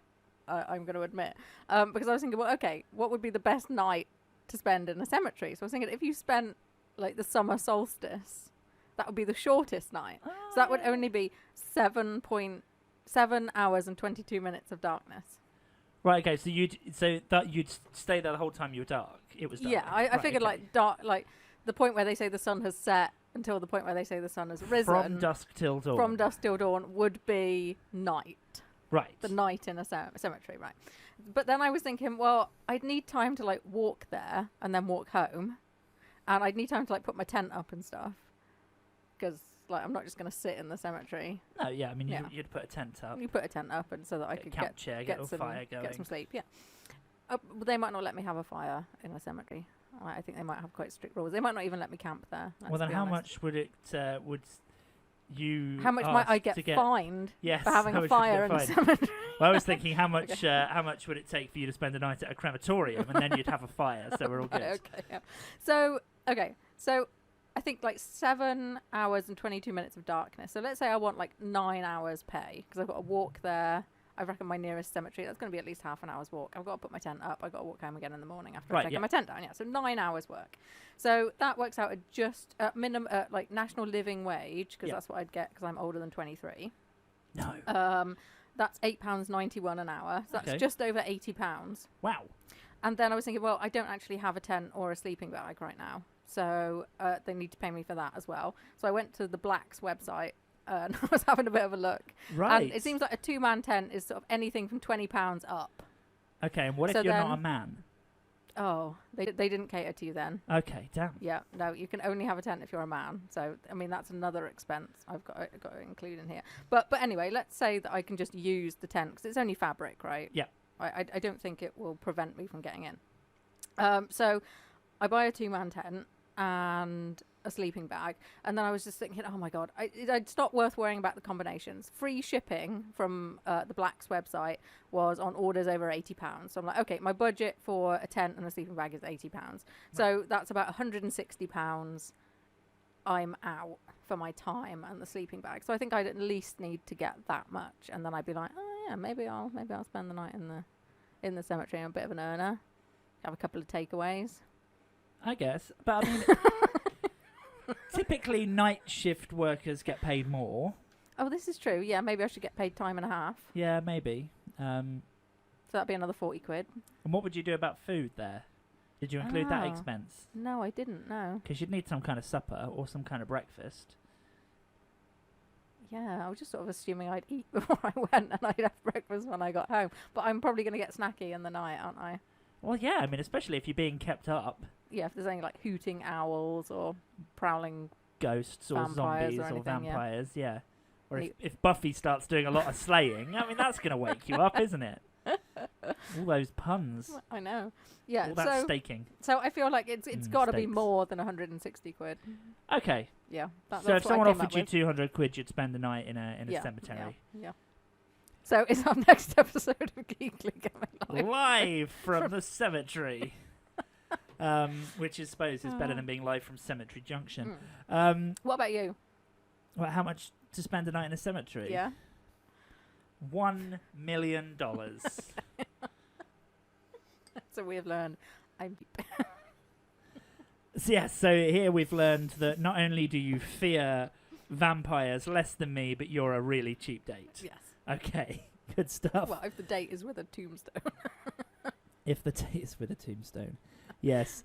Elaine says, I can't believe this episode has gone from cryptocurrency to cryptocurrency. Amazing. Oh, I didn't even think of that. That's wonderful. Love it. Absolutely love it. So, shall we see what else Jonathan Frakes has in store for us? Yes. Let's carry on with the list. Would you display this as a trophy? Do you have a pet? Oh! Now. Yes! I think we've both got new pets since the last episode. Yes, you now have a kitty. Yes, I have a cat named Compton. Now, what do you suppose Compton is named after? It's related to trans rights. Yes, but ironically, there is actually a town not too far away from here called Compton too. So I have introduced Compton to people before, and people have gone, "Oh, what a lovely local name!" And I'm like, "Local? This is about Gene Compton's cafe." So yeah, I named Compton after the Compton Cafe riots, or the Compton Cafeteria riots in 1964, a seminal watershed moment in trans history that happened just a few years before the major Stonewall riots in New York. So my cat literally says trans rights, which is pretty cool. And you've got a couple of guinea pigs. Yeah, with much less thought-provoking names. I don't know, one of them's named after a Starfleet captain. Yeah, in a way. 2 guinea pigs, 2 boars, and they are called Tiberius, or Tibbs for short, and Pepper. So Pepper was named first. His name, he told us his name almost immediately. He was very, very shy. He would only sort of come out if Tibbs, encouraged him. And but yeah, Pepper, a piece of bell pepper was just wave it in front of him, and he was like all over it. Oh, that's really cute. cute. So I was like, oh, Pepper. So I'm always singing Pepper for my Pepper. So yeah, there we go. We have both got pets. Let's see what else Jonathan Frakes has to say. Do you have a sweet tooth? Do you believe in the power of a curse? Have you had your hearing tested lately? Planning a trip soon? Can you remember the tallest man you've ever seen? Do you love to go a-wandering beneath a clear blue sky? Have you noticed what big stars real estate agents have become? What? This must be an American thing. I don't think we have celebrity real estate agents, do we? Quick, how many estate agents can you name? Phil Dunphy and Fictional. Drew Barrymore and Santa Clarita Diet. Also fictional. I can only think of other fictional ones. I don't know. I suppose there could be some real estate agents on shows like Escape to the Country or whatever, but I don't watch those because I'm totally over the countryside. So I think what we're getting from here is it's not what big stars real estate agents have come from. It's what big stars fake estate agents have become, because we could only name Phil Dunphy and Drew Barrymore's character. And there's Courtney Cox's character in that show that's called Cougar Town, but it's nothing to do with cougars. Okay, there we go. Okay, anyway. Let's see what else Jonathan Frakes has to say, shall we? Are you careful with your personal records? Does your computer ever seem to have a mind of its own? Have you ever visited a Chinatown section in a major city? Have you ever visited a flea market? Have you ever visited a truck stop? Did you ever have a job as a waiter? Have you noticed how many successful restaurants are theme-based these days? Oh, now, I don't think themed restaurants are as hot now as they were back in the 90s, but as we think about coming out of lockdown, what restaurant theme would you want to see? Assuming we can actually keep going there. Yeah. So I remember going to a Star Trek themed restaurant in Las Vegas in 2008. So they had the Las Vegas experience in the Star Trek experience in the Las Vegas Hilton, and so there was Quark's Bar, so you could go and like have Hasperat and various Star Trek sort of drinks and things. You know, you could have a Ractigino, and it was basically just a coffee, but you know it was called Star Trek things, and the Hasperat was just a burrito. But you know it'd obviously be better if they brought it back. Okay, is it no longer functional? No. It closed actually shortly after we went, so I was very pleased to have seen it while it was around. Yeah, it was very, very cool. But I think I saw it towards the tail end, so it wasn't as cool as it had been in its heyday. Fair enough. What about you? What sort of restaurant theme would you like to see? I think I would like to see a restaurant themed after the Labour Party National Conference. Right. So what would be on the menu? Impossible to eat bacon sandwich? Cheeky mojitos in a can, of course. Chicken wings, but only the left one? Oh, left wings. I see what you did there. Left wings. And if you ask for Chaos with Ed Miliband, it all comes in one bowl for a higher price. Of course. Yeah. Why wouldn't it? Yeah, I mean, a vaguely disappointing restaurant experience, but, you know, experience the National Labour Party conference from the comfort of a restaurant near you. Well, or a hotel in, like, Eastbourne or something. Yes. Oh, well, why not, eh? Right. It's been a bit of an amazing show, really, hasn't it? I know. So amazing. We've gone a little bit over. Yes. Well, only by 6 minutes. But huge thanks to our amazing guests, Matthew, Victoria, Grace, and to all of our past guests who have come along, tuned in, sent in little messages for us.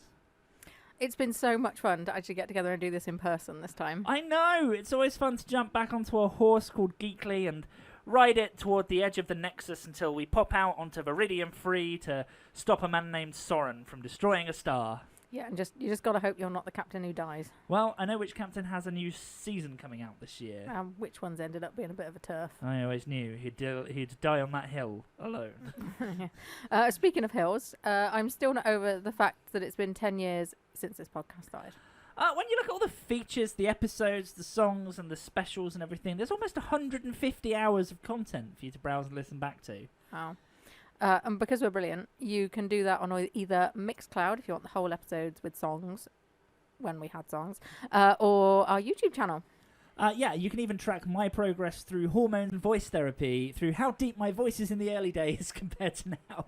I guess that's one way to keep track. Oh, I'm definitely cheaper than the other track and trace system we've all been using recently. Well, on that note, it's time to put on our masks and exit the designated Geekly area. Oh, take care, keep looking out for each other, and keep in touch. Stay safe, everyone. Oh. Well, from me, Catherine. And from me, Kestrel. Goodbye. Goodbye.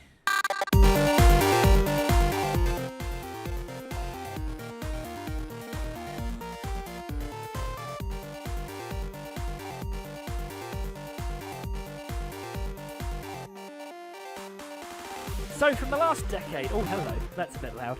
From the last decade, let's thank all of our guests in order of appearance. So huge thanks to, deep breath, Sean Spinner, Dan Rogers, Alex Olivier, Emma Walker, Rob Hawkes, Tiasu, Dylan Merrick, Grace Hayhurst, Irene of the Disappointments, Jess Rose, Michael Warburton, Kyle Lane O'Neill, Caleb Fenton, Nathan Shields, Ruby Ferguson, Jordan Cox, James Wright, Lee Sullivan, Grace Hayhurst again, Ben Coleman, Sue Black, Danny Stack, Misty DeMeo, Nora Reed, Rachel Lilly, Terence Dean, Andrew Smith, Beth McClure Webster, David, Jenny Jervis, Helen Jones, Ellen Murray, Ellie Robinson, Matthew Lee Becker, Anna Palais, Ian Causeway, Tom Gilliford, Andrew Smith, Ryan Brown, James Wilson Taylor, Hyndon Walsh, Josh Quigley, Paul Hill, William Hanson, Nicola Woods, Mary Hendry, Jacob Edward, Jane Fay, Ben Saunders, V. Wegman, Jim Morehouse, Matthew Hodson, and Victoria Marchant. Thank you, one and all. It has been 10 years. Good night.